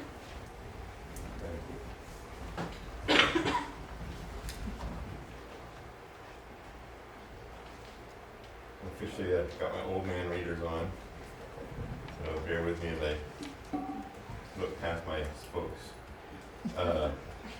First positives. Today, this morning, I think at like 6:55 a.m., there was the notice, in-house notice that we will be flying a 1 FTE music position at the high school, which I think is a fantastic full circle from 2 years ago when we dropped it. So it flew at a halftime all year, and I think we'll have a considerably better chance snagging a new FTE now that it's a full position. I too went to almost all the open house events one way or the other. I did hold positive signs. I wouldn't call it picketing. It's the only time I've held signs. And it wasn't, I would not call it picketing, it was education. And so I guess it's perspective, and we can agree to disagree. But we are here to educate as teachers, and sometimes we have to educate publicly. And so that's what we're doing. We do want what's best for the kids. And you can see it in those carnivals, and you can see it in the everyday. You can see it in the getting up, getting our kids to school, and still making our time, and staying late while our kids do all the things that parent-teacher kids have to do when they're waiting for their teacher parents to figure out what they're doing. And so it's a lot. And everybody here in this audience, I think, knows what that is. They haven't been mentioned yet, which is surprising, but I think we should give a standing ovation to Carolyn Bakewell, who put on just an amazing Art Under 20 show, which is just like right over there. If you haven't seen it, make sure you go and do it. I think it's the 29th year, something like that, 27th, 29th year. So she has carried the torch, and that lives on. Brookside and Blosser and Sherwood and the high school did a fantastic job. And the two, I'm from the high school, so I've lived through the drudgery of those 10-minute, please go to period 3. Please go to period 3. And everybody's just like, oh. Right? And then 2 people show up, and one of them's the kid. That changed this year, and everybody's going to talk about it, so I won't kill it, but it was a lot more fun. And I think it set a nice base, a nice tone to have it improve again next year. So thank you, Mr. Mansfield and Mr. Ludwig for helping bring that to fruition. One of the cool things that was like an aha moment for me at Blosser was, so I went there last year, my wife teaches there. They had that carnival last year and it was a blast, everybody's having a great old time. But this year they changed one small thing that I think improved education, and that is they had the kids go to the classroom to get tickets that then worked at the carnival. So you had to come through and do that with the teacher before you got your tickets. And I think that was a fantastic improvement, and it made for I watched a few of those interactions, and you could see the kids like, tickets, but they had to sit through it. They had to sit through it. And so I was fun. I watched out in my wife's classroom, and I think Miss Cars, and a couple others. So that was enjoyable for me to watch kids squirm without me being the one making them squirm. Let's see here.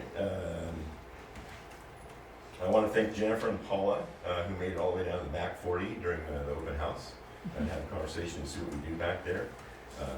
It takes a while to get back there sometimes, and especially when the food's up in front. So I appreciate that. Let's see. Brookside always has, since I've been here, they've had fantastic dances, and I think that it's such an awesome tradition and a display of culture, and I always am appreciative of all the effort that goes in there. We talked about, I heard Mr. Mansfield talk about, I'm going to quote him, or whatever, in boys' bathrooms. And the or whatever is not a positive, it's nicotine. We have an insane, off the charts, nicotine epidemic at this high school, and I don't think it's isolated to just Willits. But that is something we should be looking into. I've talked about drugs in my speeches before, but that is something that should be happening way before high school. Middle school at the very least, and 4th and 5th grade, which is where we start seeing it show up at school. So that, I think, if we could do one favor to the generation that's going to be the following one, is help them, and it's kick the habit. They are addicted, 100%. That's why that number won't go down to 0.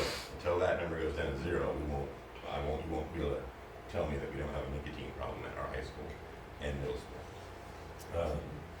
Let's see here. Okay, so on to the kind of realities of what's going on.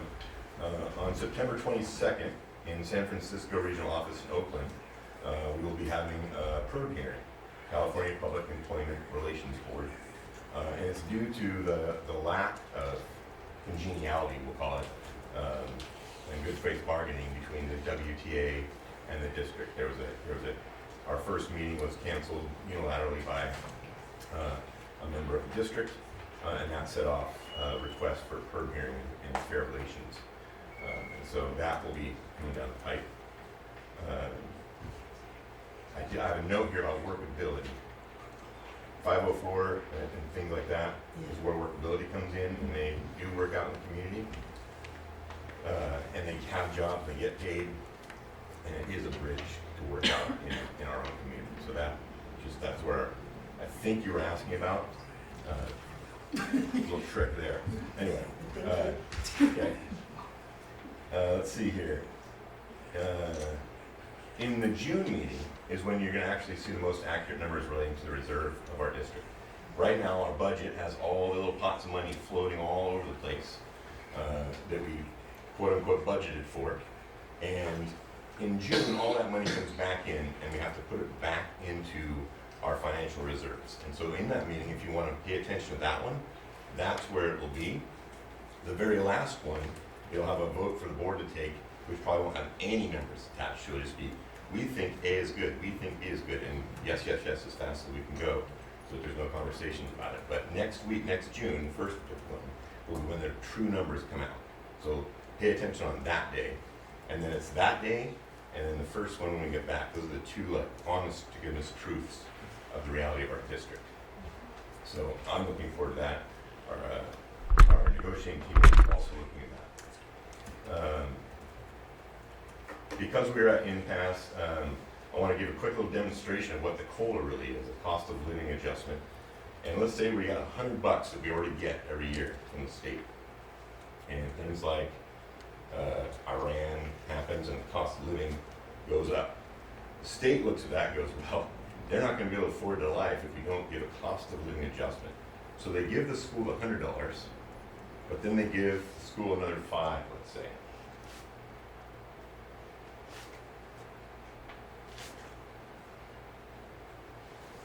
You look like you did. Okay. So each one of those dollars represents part of our district and its needs. Gas prices for all the trucks that we run back and forth are going up. Our propane bills are going up, water bills goes up. One of those dollars is meant to fix that, right? To help out, fix this, not the right term, alleviate it. One of those dollars is to help maybe the CSEA help out with their benefit package or whatever it is they need to pay for, right? One of those dollars is for the Willits Teachers Association to try to compensate for them. I'll find all my dollars here. One of them, that was actually ironic, it's an admin, but one of them is for increasing the admin pay in an equitable amount to make sure they can get it. And one of them is for all the other stuff that goes on in the district. There's so many unknowns, right? And the problem, of course, is that if there's a huge unknown somewhere, all these bills for that big problem that just happened, right? And nobody gets their cost of living increase. And part of that is a reality of just bad things happening to a district or to a state or to a country. And some of them are just priorities or bad use of money thrown at different things. Not too long ago, we had a budget of 36%. We require 3 from the state. And I would argue that 3 is probably a little too tight, maybe a lot too tight, like most of it. It's too tight because we don't want to be here having this discussion or argument. That 36 means that for a long time, the district chose to not pay CSEA, to not pay WTA, and probably to let all of our buildings rot, which is also why we're having to spend some of our taxpayer money to fix them. And so we finally stood up and did things like picketing to improve our chances of keeping quality teachers here instead of sending them to Ukiah. And we got some of that money that should have been ours year after year after year back on our salary schedule, which isn't a raise. You just got the cost of living. You just stayed like last year. That's what that actually means. You don't get a raise. You just can buy the same gallon of milk and the same bucket of eggs that you did last year. You don't get more eggs. You don't get more milk. In fact, the bottle has probably got a little bit less than a gallon in it. But that's for Mr. Brown to explain. So that's the cost of living, right? And then that money, that extra 5% or whatever, last year was 2.3, doesn't go away, it stays there. And then it's compounded. So next year the state might give 1 or One year there was 13, right? That's the only time it's ever been above 8 in my history. But all those are meant to adjust and keep people living at a standard that isn't poverty. I think you'll hear tonight some stories from our members that are tough, right? The reality of our healthcare went up like astronomically. And I worry for the teachers, but I worry for our CSCA brothers and sisters, because that insane amount that it went up is like a 20% loss to their salary. They have to now choose between the gallon of milk and the eggs. That's that reality. Or instead of getting a dozen eggs, getting 6 eggs. Or borrowing some chicken eggs from their neighbor. I haven't turned their back, so sorry about that. But I just want people to understand what it is what we're fighting for. We're not fighting for a raise. And the fact that we're out there picketing, I think does mean that people aren't listening. Because I've been here saying the same thing for 2 years. That you're taking the advice from one person and not listening to the community of teachers, educators, etc. that are out there. And you continue to put the $5 in a skewed manner towards making some people's jobs easier. But the people that are around the students, jobs get harder when you do that. And when the good ones decide to leave because there's better opportunities somewhere else, it compounds and compounds and compounds. And we're heading back into that trajectory of let's save it on the backs of teachers. Because the easiest way to solve a budget crisis is to drop teachers. And the easiest way to decrease your education is to drop teachers. So it's a conundrum, right? And all of you get to deal with that conundrum, that you are where the power sits. And the power can be abused, it can be used, and it can be celebrated. And I've been sitting at this stand for many years, and I've been able to do all three. The celebrating is less than I'd like it to be, right? When we sit in our staff meetings, we're not talking about the celebrations. We're talking about what in the heck decisions are they making? How do they not see what we're seeing? And so get out and go to all the celebrations, but get in to the classrooms and have a conversation with all of our teachers. They're all out here. You know where to find them because we're there every dang day. All right? And listen to what they're saying about the decisions that you are making. All right? I went way off script. But I do have pages numbered this time, which helped me. Let's see. I wanted to talk about unduplicated students, because I think I have a couple ideas that will improve things in our district. The unduplicated student has gone down 100 students. Now, do you think there was actually 100 students that got up and like, and left? No, they are all still here, of course. But what they did is and there's quite a few reasons. We had a lot of change in our admin, so the focus wasn't on those surveys, almost literally at the time that the kids and parents were supposed to be doing. But our money on the unduplicated comes from a parent being honest and writing down their salary, their, all the different issues that Melissa already spoke about, and turning it in. If you don't turn it in, we get certified as with 100 less. It's about, it's like 97 is the actual. And that drastically affects $144,000 right? Just for getting kids to, or parents really, to sign that paper.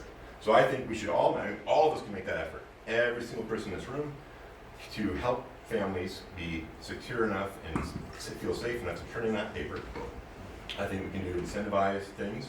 On our back to school nights, we could have incentives there. Hey, get this survey turned in, boop, boop. And we could have our 5% goal of, I would say, let's get a 100 student goal improvement from this year to next. And that way we're back to normal, right? God forbid we do 110% and get more money for the kids that actually need the money. That's what we need. Get those surveys in. That's number one.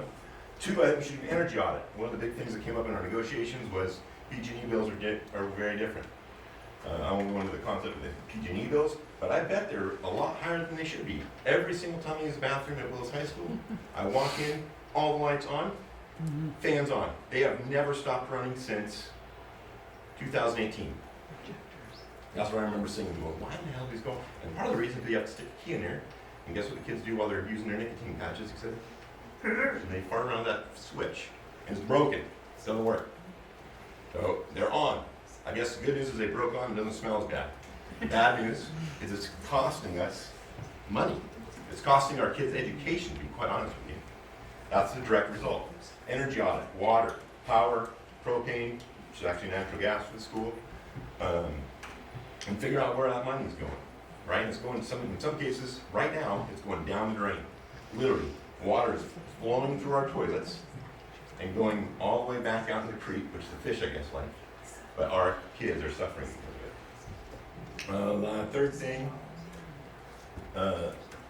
we should be looking at some of those bond funds to do that, right? It shouldn't come out of our general fund. It needs to be coming out of our taxpayer fund. And you can have a summer full of switches, right? Everybody can go in. You can even have our high school kids, Mr. Peterson has already taught them how to do it. He could go in with a crew and switch out every single switch in our school. And it would save probably hundreds of thousands of dollars, which is 1 or 2 teachers, maybe an extra admin, right? But a heck of a lot of paras, who are gonna help our kids. All the kids that are in our classroom need us to help them get educated.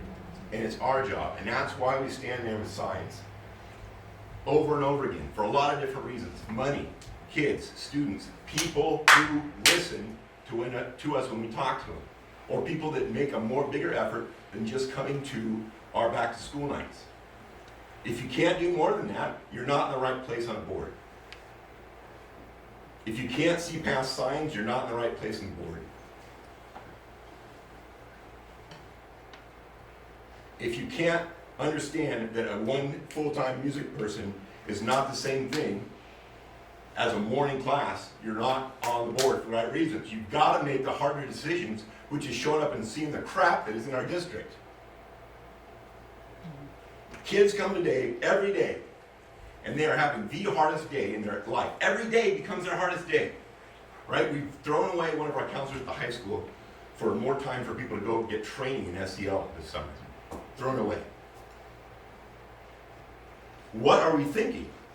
We are not thinking. We are not listening. We are not paying attention to what is going on every day in our district. And I absolutely love this district. I love it here.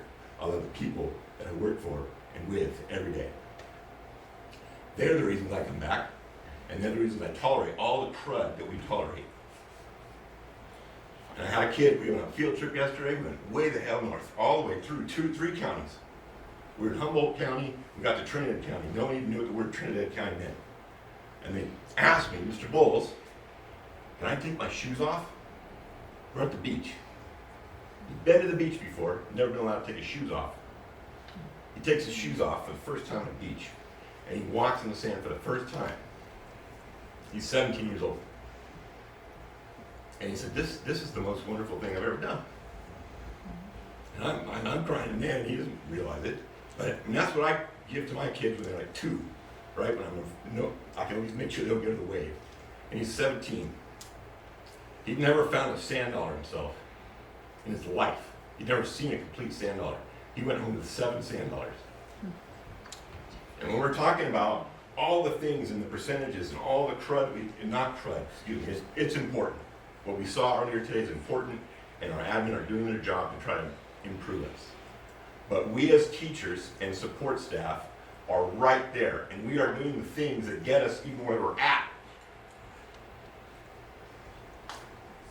Field trips, one-on-one conversations, counselors, in the classroom, early on, relationships built. That is what is going to make our STAR test go up. Not a computer program or a bigger math program that has more dealy dorks on the screen. I encourage all of you to step it up one more 10%. Bring your number that was on the screen to yourself up at 10% from now to a year, and then another 5% for next year. So you're running at 115, making people up here pay attention and making them listen to what is needed in the classroom. It is hard because we do a million things a day. I don't know how many times I've figured out how to tell people, change it from 120 to 150 grit, over and over and over again. But I keep doing it. Because at the end, right, I had a kid that gave cutting block to the dad on Mother's Day. And it sounds funny, but he came to me earlier that day and said he's not going to his mom's house because when he asked, she didn't want him to come that week. And so the cutting board he made for his mom went home, and I got a picture of him and his dad with a Mother's Day gift. Those are the realities we deal with every day that don't ever come up here in this board meeting.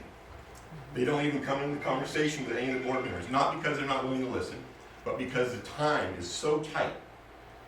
Make the time to call April Lamprich when she offers that. Let's call. Tell them what needs to be done, tell them what needs to be said, and let's make Willits a better place. It's not going to come from just what we saw on the board and little 5% ideas. It's going to come from all of us believing in all of us. None of it can be done without admin, none of it can be done without board members, and we sure as hell want to go flush the toilets when we're at school. Every single person counts. Care for them, lift them up, shake their hands, and be better humans. Thank you.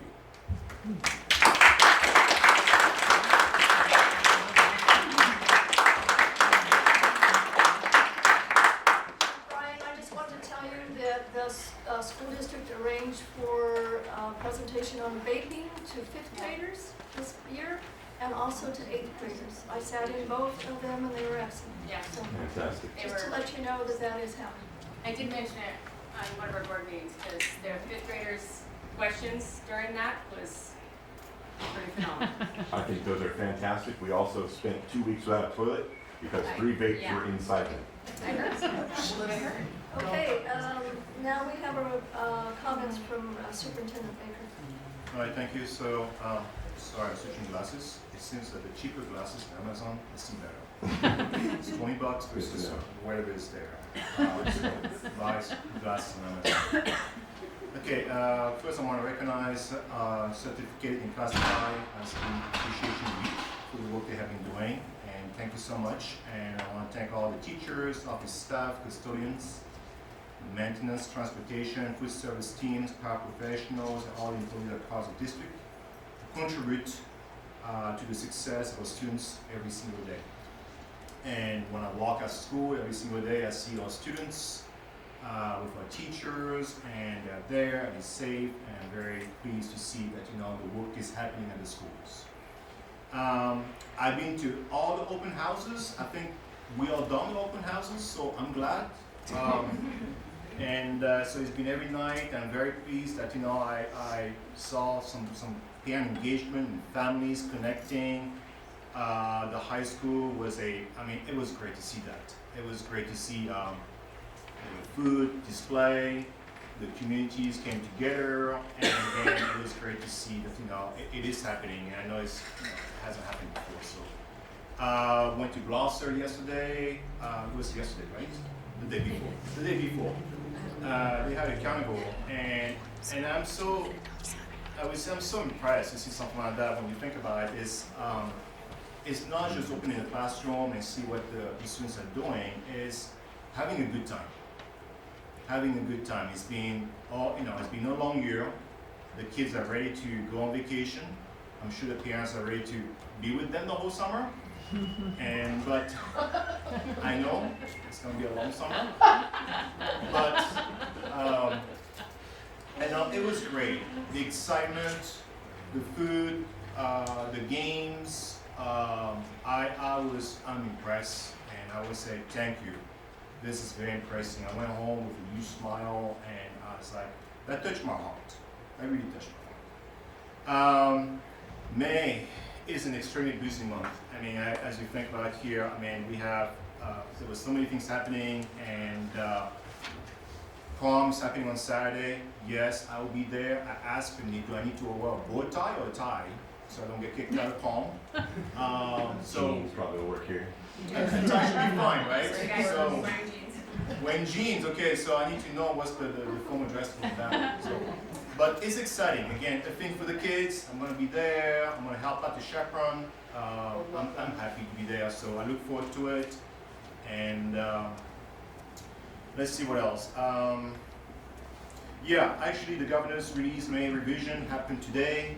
I did revise the budget, what was sent, and again, it says revised, nothing's finalized, right? There's a proposal by the governor in January.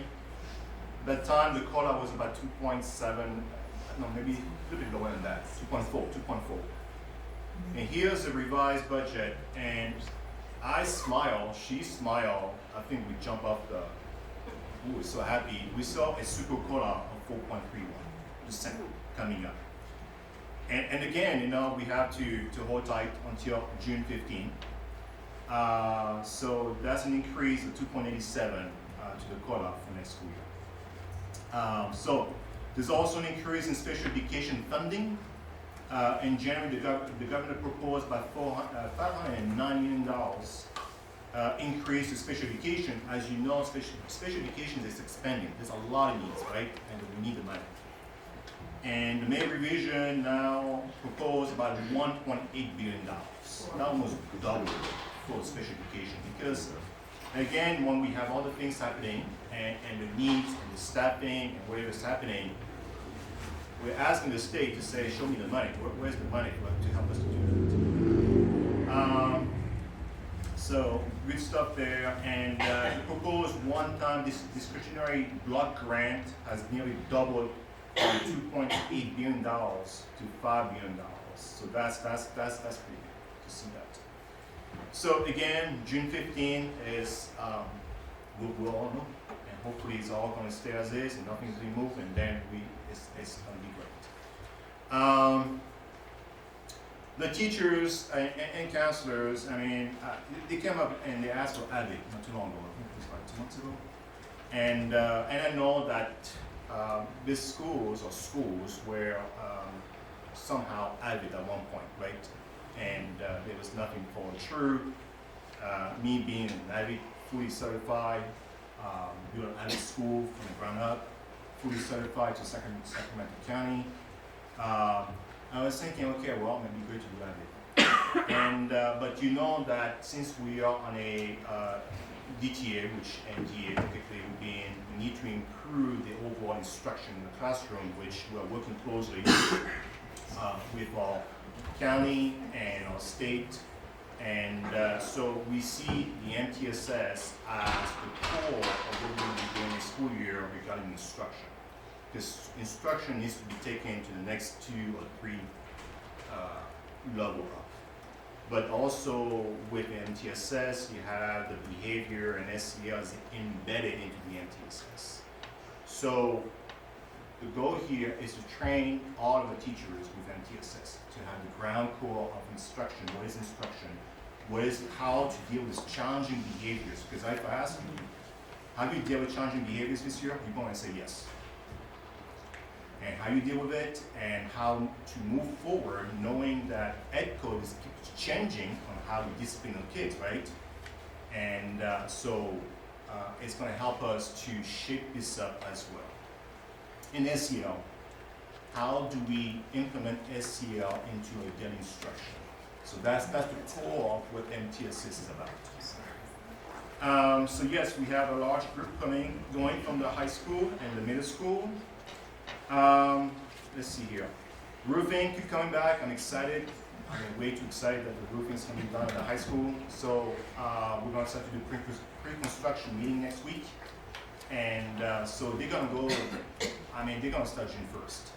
And so it's going to be, I know Mr. Minster is going to send an email out to all his staff. It's like, don't come on campus because you're going to have trucks all over and the campus will be closed for a while.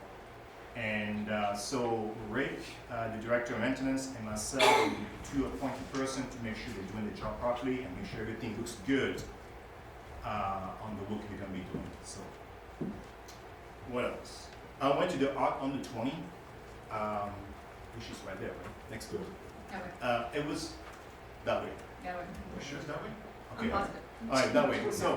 So it was exciting, you know. I went inside and I love arts, and I saw the display of a student's work, and not only like painting, but there was things made with clay or wood. So it was exciting to see something like that, and so I saw the names, I read what it was about, Mr. Bowles, I saw a couple of yours as well. Exciting to see that. So anyway, it was exciting. I was going around and it's a great time just to pause for a moment and enjoy what the students are doing. But as you know, for painting, you have to step back to look at it. You can't just look at it right in the front. So I stepped back and I came back again and I'm like, okay, now I'm able to see it. So exciting and great work and to display and how and show the pride of the work that we're doing for students. Another thing which is quite exciting at this time, we're going to be, we're starting slowly working on what the windows are going to be like for next school year at the middle school. And I know your window is that thing, right? You probably could hear, could feel the breeze and everything else. So my understanding is that back in 2021, under Mark Westerberg, there was a permit approved at the time to DSA. So I'm putting this out and work with DSA to make something happen, with Melissa as well, so that the goal, like next school year, because this year is going to be the roofing. It's going to take most of it. The next school year, I'm talking about energy efficiency, the windows must be replaced. I mean, every time you turn the heater on, everything, I mean, you will work the whole earth out there. So we don't want that. We want good, thick windows, easy to open, safe for the kids, and you know, would there be a little bit of change of structure? I'm assuming that because those windows haven't been changed since what, 1930? 1960? Before I was born, for sure. Yeah, back to Rome. So those windows are so old, and every time I go there, I said something must be done to those windows. So that's we're working on that for another permit and see what can we do to make it happen, which is going to be another large project for us. And that's all I have. And actually, 21 days of school, I think was shorter than that. No, 21 as of today. 21 as today, and I look forward to. I count my weekends. I do the weekends work on sober ground. No, we don't count the weekends. The days. Okay, all right, well. Teachers count. Don't count the weekends. I have to count the weekends. They do. Yes, 100%. They're there. I need the extra. Now we have board comments, and I have board comments for items not on the agenda. I have no comments for items on the agenda. So I'll go in the order that I think I was given them. And so the first one is Mason Messina.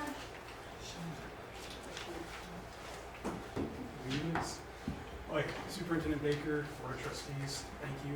I just wanted to encourage you all to request a tour to go around each school site so you can all see the condition that they're currently in. And so then you guys can all see the after product when we get new windows installed at Bechtel Grove.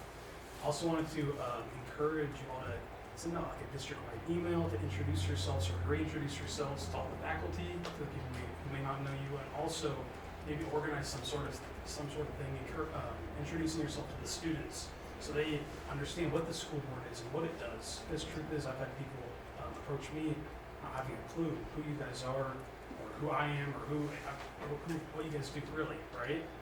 I wanted to say thank you all for all you do again. Let's make your 2026 to 2027 school year the best one yet. Thank you guys. Thank you, Mason.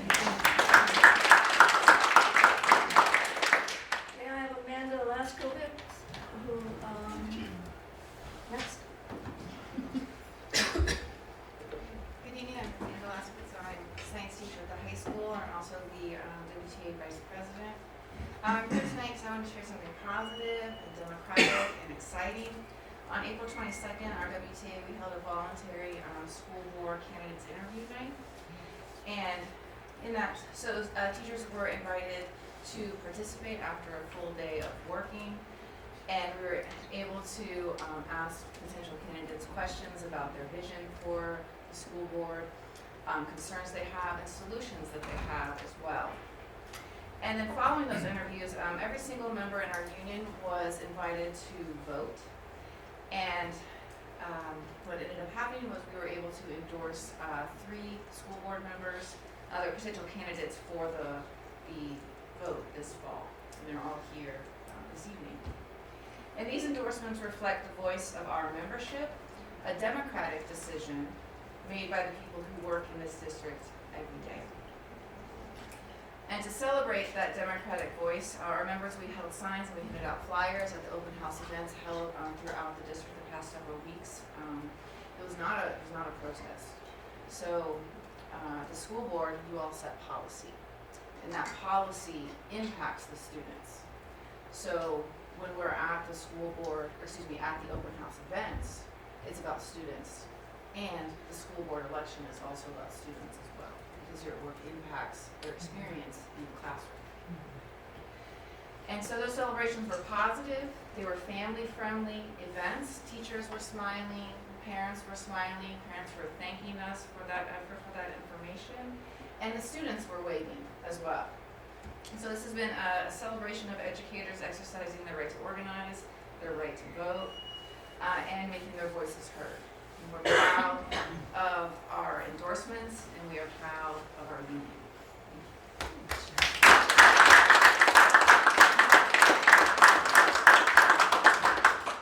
Okay, I have Shaylin Ferguson.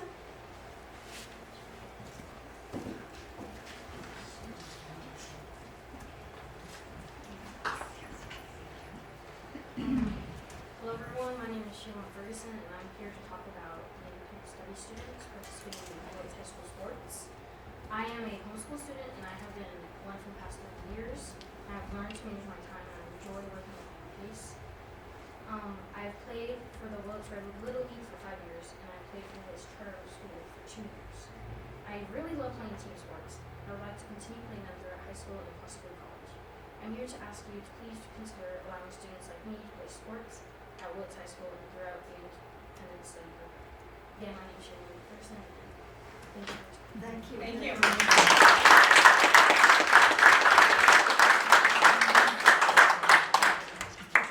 Okay, I have Brian Bowles, but then it says surrogate speaker, so I'm not sure. That was me the surrogate. I'm the surrogate. Oh.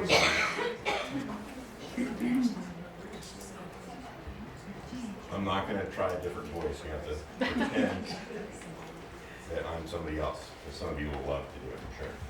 Okay, let's see here.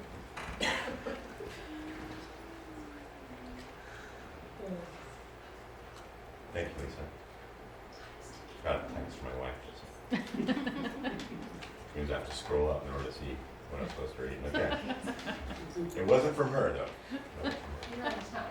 Okay.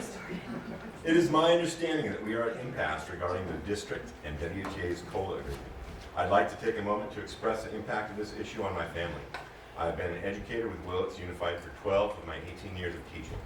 3 years after joining Willits Unified, my husband was diagnosed with a chronic illness that left him unable to work. Since then, I have been the sole income provider for my family of 3. Even the salary increase we received a few years ago, I've had to work 1 and sometimes 2 additional jobs to support my family. Every penny counts. This year, I have had my own fair share of health issues and presently have used all of my sick days. This has resulted in my receiving sub-differential pay, a substantial hit to my already limited income. The agreed upon COLA would be incredibly beneficial to families like mine. Not receiving the COLA puts even more strain on teachers in similar situations. I have spoken with other teachers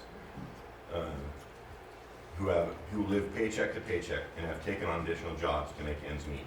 We teach our students the importance of maintaining integrity by following through and keeping their word.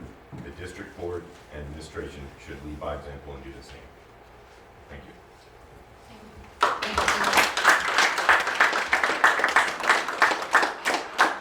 Hey, Matthew Opie.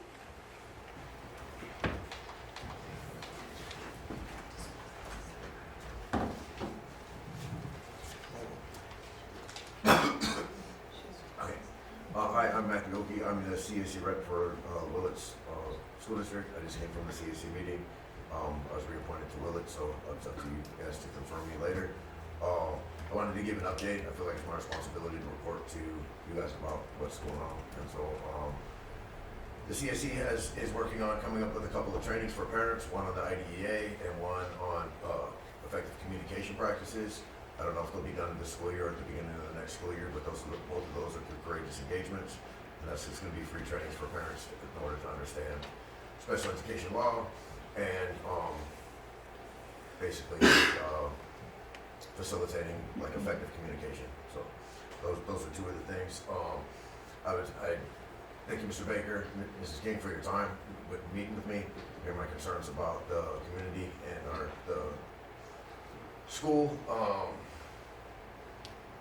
In order to further understand like the services that are available in our school district, different things were coming up that I wasn't as familiar with. Kelly was really instrumental in helping me understand the different programs that are available to the children, and I was able to go to Oak Creek and meet with Chris Francis and investigate that program so that I could better advise parents on that situation. Last week I was asked to attend the policy council as a fill-in on the vice chair. The chair wasn't available. Basically, there was what we consider as to be a bunch of Brown Act violations. I have the cure and correct here. I'd like to give that to you guys so that you're aware of it. It doesn't have to be that way, but that's the way it's been, like with the policy council, like continuously. I'm just trying to serve. We're just trying to serve our community and help families. And if it comes to like confidentiality, there's things I don't want to know. I don't want to be involved in like legal proceedings. I want to be able to be honest with my parents. I want to be able to be honest with the school. And having inside information is not something I'm interested in. And if that was the issue, a simple ask could have done it instead of basically violating the law. They're not ed code complaints. They're criminal acts, and the district attorney's going to be notified. So besides that, I've had a great deal of pleasure, and I'm super impressed with Kelly Labus as a special ed director. Like, I know parents can't always see it, and I'm privy to like kind of some background stuff, and so I feel great that I can tell parents like, hey, like this is working. This has been so available to me to help me understand things, so that I can pass on information to parents that sometimes there's legal obligations, like things can't be discussed outside of an IEP and all these different things, and I feel like working together, we've really been able to make a difference, not just in the children's lives, but the families' lives as a whole. Like it's none of it's a fun, exciting thing to navigate, and I feel like I've been able to alleviate some stress from families and reduce situations that are escalated, and a lot of it has to do with Kelly and her work, and I see it and I appreciate it, and I like it's so refreshing and nice just to work in my district. So thank you for your time. I appreciate you letting me serve my community. Thank you, man. Thank you.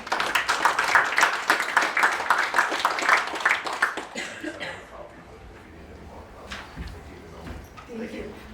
Sandy Lucia. Hello, thank you for letting me speak again. I'm Sandy Lucia. I've been teaching second grade for 20-something years. And I want to speak about a concern I have that I spoke to you about before. It's a concern that keeps me up at night when I wake up in the middle of the night and I can't go back to sleep. But the big change that's happening with elementary schools moving from trimesters to semesters, and that affects Sherwood School, Brookside, and Blosser with the TK through 5th grade. And I know we really want to put students first and kids first and their success first, and I just want to, see how this is going to do that. And I really, we're in education, so we're really about data. And I see a lot, I look into it, I see a lot with, it makes sense for middle school and high school to be on semesters, but historically, elementary schools, work best with trimesters. So I just want to make sure we're doing what's best for our students and communicating with parents, because how we assess and when we assess is really crucial, and we do a lot of assessing, right? So if we aren't giving our first actual report card until the middle of January, I'm concerned, because that doesn't make sense to me. That's just how it falls in the semester, right? So right now we have 3, trimesters, and anyway, when parents get their first official report card in January, and then the last one is mailed home in June after school's over, that's just the end. It's over. They're on to the next grade, right? So what we will be giving, I'm hearing, is a progress report. So I don't know what, I feel anxious about what is that going to look like. Do parents take a progress report seriously as a report card? What is it going to look like? So we're going to spend some time paying teachers in the summer to get together and work on summer work, because that's the only time we have to do it, and adjusting to this big change for elementary schools.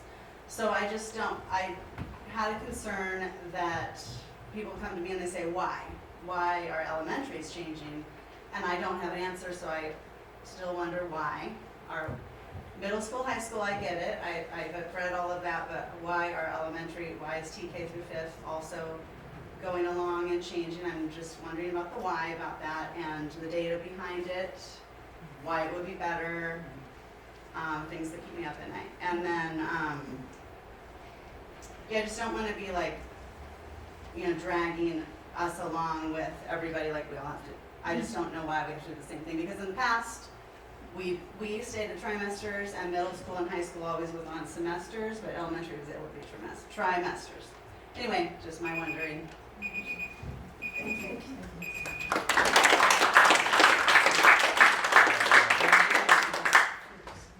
Okay, now we're moving on to the consent. Need it now. Okay. I'm sorry, I couldn't see for a while. That's so much right in my eyes. Moving on to the consent agenda, do I hear a motion to approve the consent agenda as presented? I move to, what was it, to Approve the consent agenda as is. Okay. Do I have a second? I'll second. Okay, thank you. And I would like to start off the board comments. And I'd like to remind the board that part of being a effective board member is coming to board meetings informed about the issues on the agenda. So myself, I have learned since I've been on the board that if I have concerns about something that's on the warrant register, that before the board meeting, I get a hold of Melissa, or I talk to the superintendent and get a fuller understanding as to what the expense was and why. If I have a question about, like about what's in the minutes, that I talk to the superintendent about it before I come to the meeting, so I have a clear idea as to my understanding.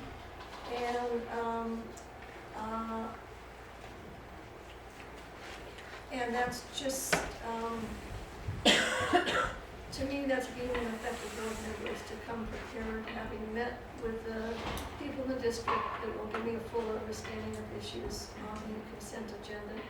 And I also want to say that the bond building fund audit report is for last year, because the numbers, we have the numbers fully now for last year. We don't have the numbers fully this year because the year isn't up. So the audit report is based on last year's bond building. And those are the comments I want to make. Any other comments? Yes. Oh, excuse me, go ahead. I always feel like you sort of direct those at me. And so I do really want to make it clear. I would love to meet with the superintendent at a minimum of once or twice a month. He's too busy, that's difficult for us. I've often met with a number of people that are affected or that write up the reports on this consent agenda. Things still come up. Today, I have a concern about the warrant registers, and it's not the amount of money. None of you have to have the paper, although I do.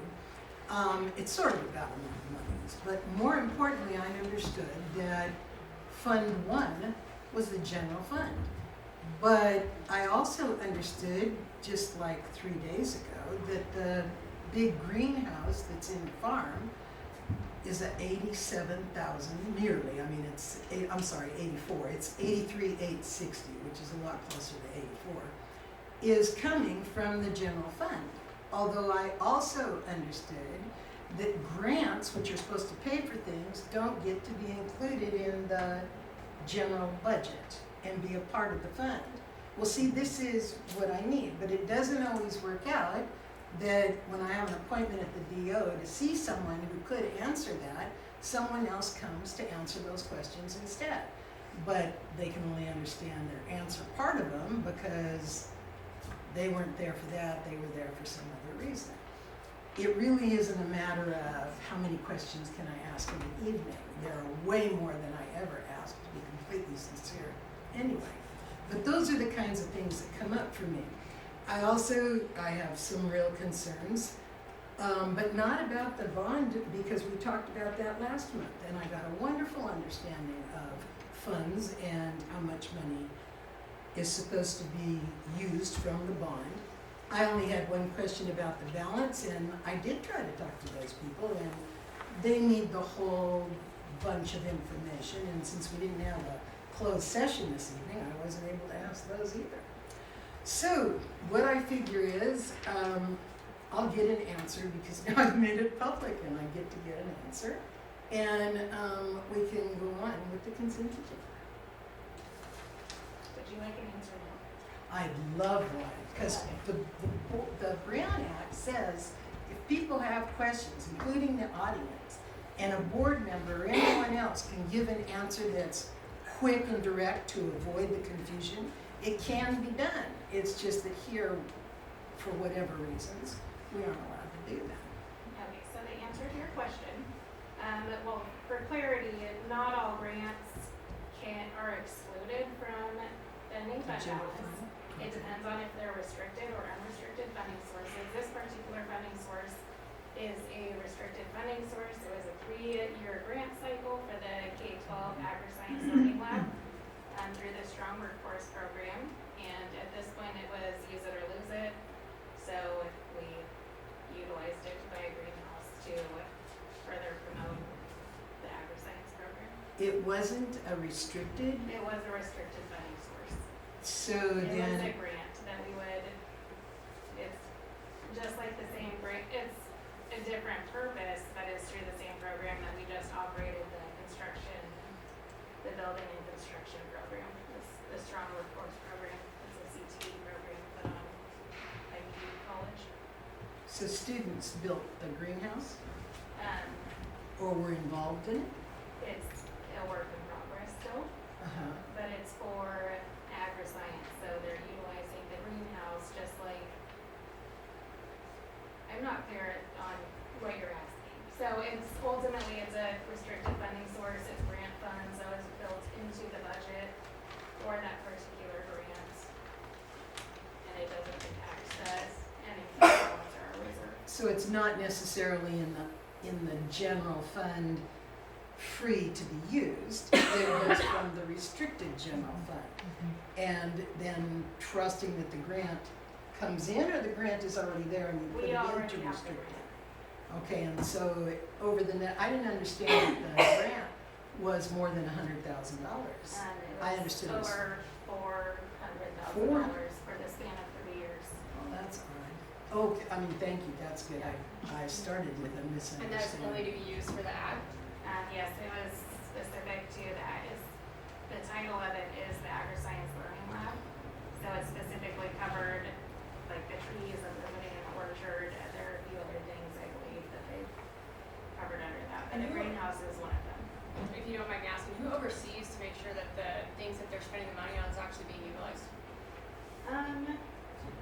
The reason why I'm asking is because I've been back there. Yes. Many times. Yes. The greenhouse is a new purchase. It was honestly a last minute addition because we weren't able to find staffing, so there was money that needed to be moved around to use those dollars. Okay, yeah, thanks. That makes a difference. There must have been more than one grant, because that was There a have huge been 2 monetary. grants. Oh, that makes more The sense. K-12 Strong Any other Workforce. comments or questions about the Thank you. consent agenda? Okay, all in favor? Aye. Opposed? Oh, I'm sorry, I sort of raised my hand. I'll make it up. Okay, so we're on to item, the action items. So do I hear a motion to approve the consideration of second finals board policy reads? Do I hear a motion to approve them? I'll make a motion to approve it. Okay, do I have a second? I'll second. Okay.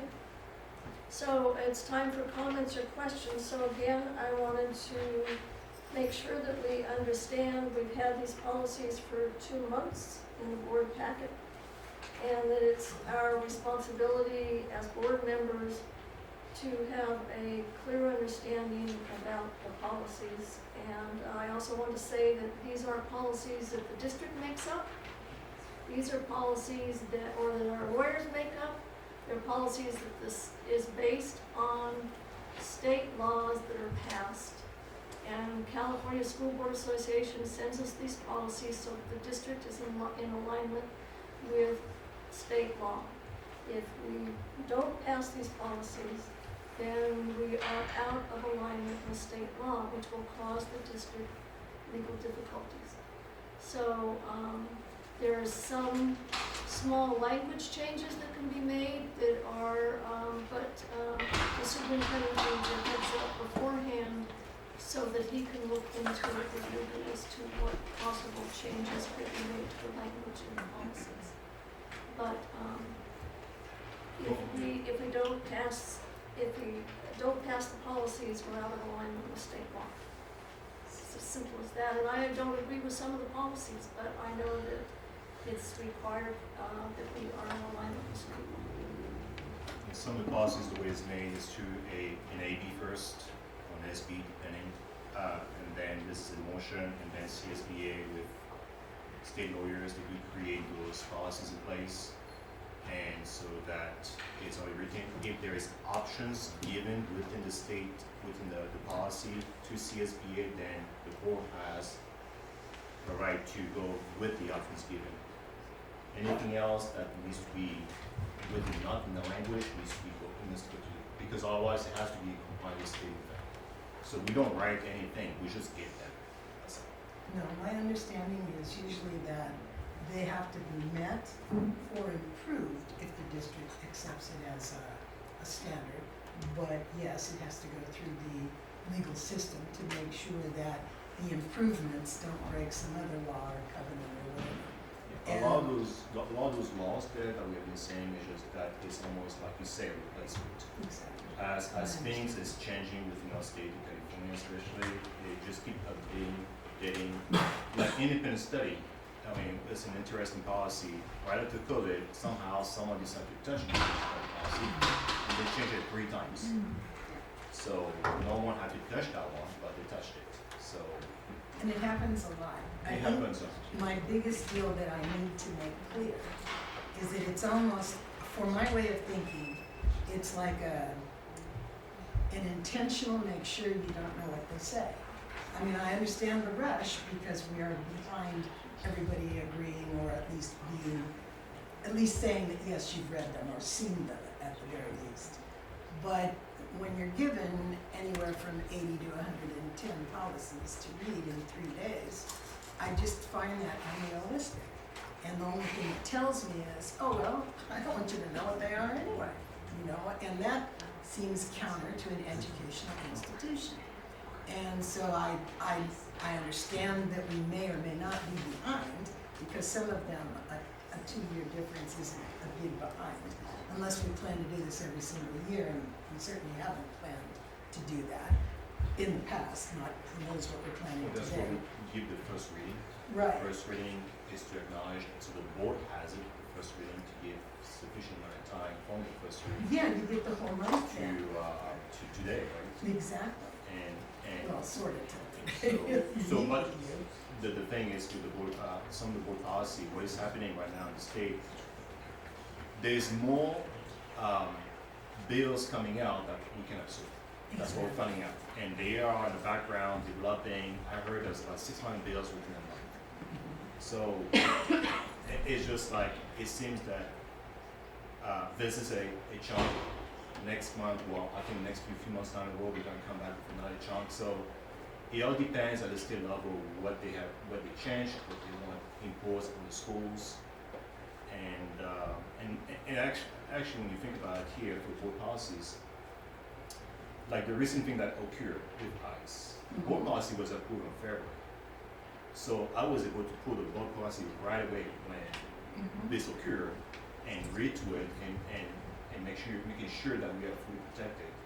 So things like this that's what we have to do to school parties and things. So I wanted to say that. Oh, excuse me, let me I'm sorry, just you're not finish finished, I'm this. sorry. That is exactly what I'm concerned with, that policies come up or go.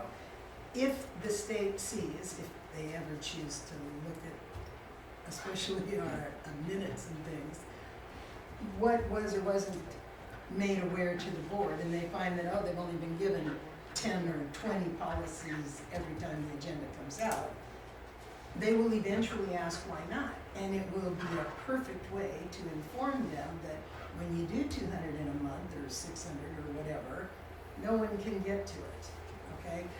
We don't have as much of a strength to our voice as we probably should, since you're right, the board discusses policies, but at least it makes people wake up and say, oh, whoa, no wonder.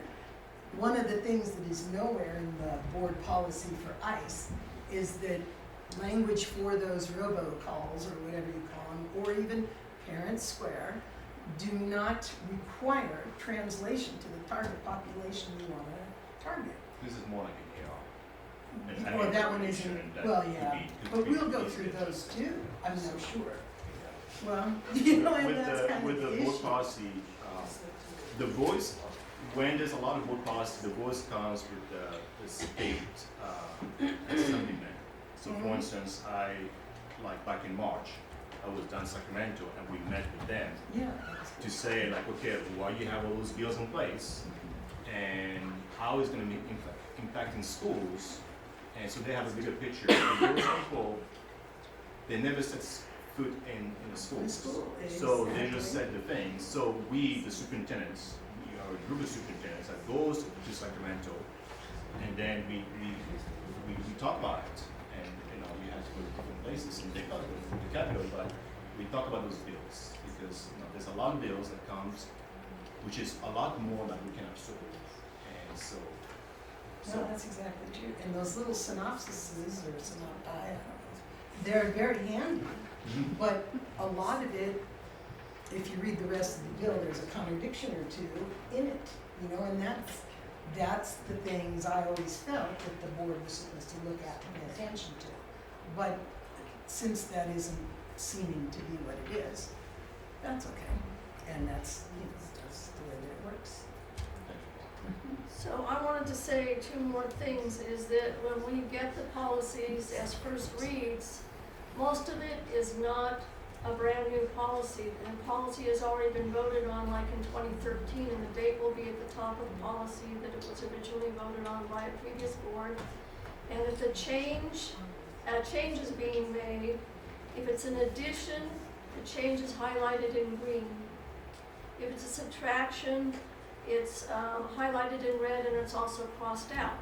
Usually it's some minor change like changing the gender language in a policy, or the state decided to change what Board of Trustees were referred to, so we had, a lot of them are small changes, and when we get them as first reads, we're basically acknowledging, we're just basically reading the changes, and that's what we're voting on, is the change that's being made, whether it's an addition to the policy or a subtraction to the policy.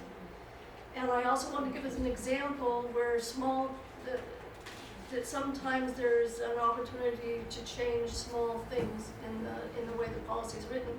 So after I was first on the board, a year or two after I was first on the board, a policy became before the board regarding comprehensive sex ed. And so I looked into comprehensive sex ed, and I was horrified what they teach kids. And I looked into it, and it turns out that we were required by state law to teach the curriculum as stated, but we could make one small change, and that was instead of it being K through 12 comprehensive sex ed, it was 7 through 12. So that's the vote that the board took, was to make it applicable, CSE, comprehensive sex ed, applicable only to 7th through 12th grade. So that's an example of a small change that the board could make, but the policy itself had to stand. Anyway, that's, anybody else have any questions or comments? Okay, so, all in favor? Aye. Aye. Opposed? Okay, then our final one is consideration of resolution 2025/26-14, specification of election order. So we have an election coming up in November, which involves 3 possible seats on the board, which is what this resolution is, and it's a roll call vote. So if it's if it's a roll call vote, I have to wait for a motion, right? Yes, I was gonna ask for a motion, so, do I hear a motion to approve consideration of resolution 2025/26-14, specification of election order? I move to approve what you just said. Do I hear a second? What exactly is this? It's in our board packet, it's basically, I read it. to the elections office, I believe, Rochelle may be, it's confirming to the election office that, Yeah, I do.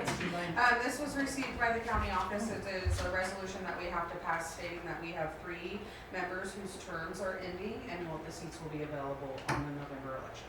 Oh, okay. However, the part about how you solve the tie is, I just need all the background information. There are alternatives to that way of solving a tie, and I want to know why this one was chosen. That's giving that county, right? county, So yeah. technically it's kind of wise. It's, I believe, they give us, from my understanding, that is the policy. That It's is kind of how routine. it's determined. Yeah, I haven't seen it. I've seen these forms. They have never had how you need to determine in the event there's a I tie. promise you, Right. I read it from the county office and didn't change a thing. Well, I trust that you wouldn't have gone to that much trouble. I really didn't. But the part of it that says a tie vote, it doesn't distinguish between position 1 or position 2 or position 3. Wouldn't that be you contacting the county office though, since it's from the Well, county? that's why, since we just got it in, I didn't come. Well, I just got mine in the board packet. 3 days ago. Right. Oh, well, since, you know. Are you making? I made the motion. I'm gonna second. There. okay? So it's a roll call. Jennifer, Yes. myself, yes. April, Yes. Paula, No. okay?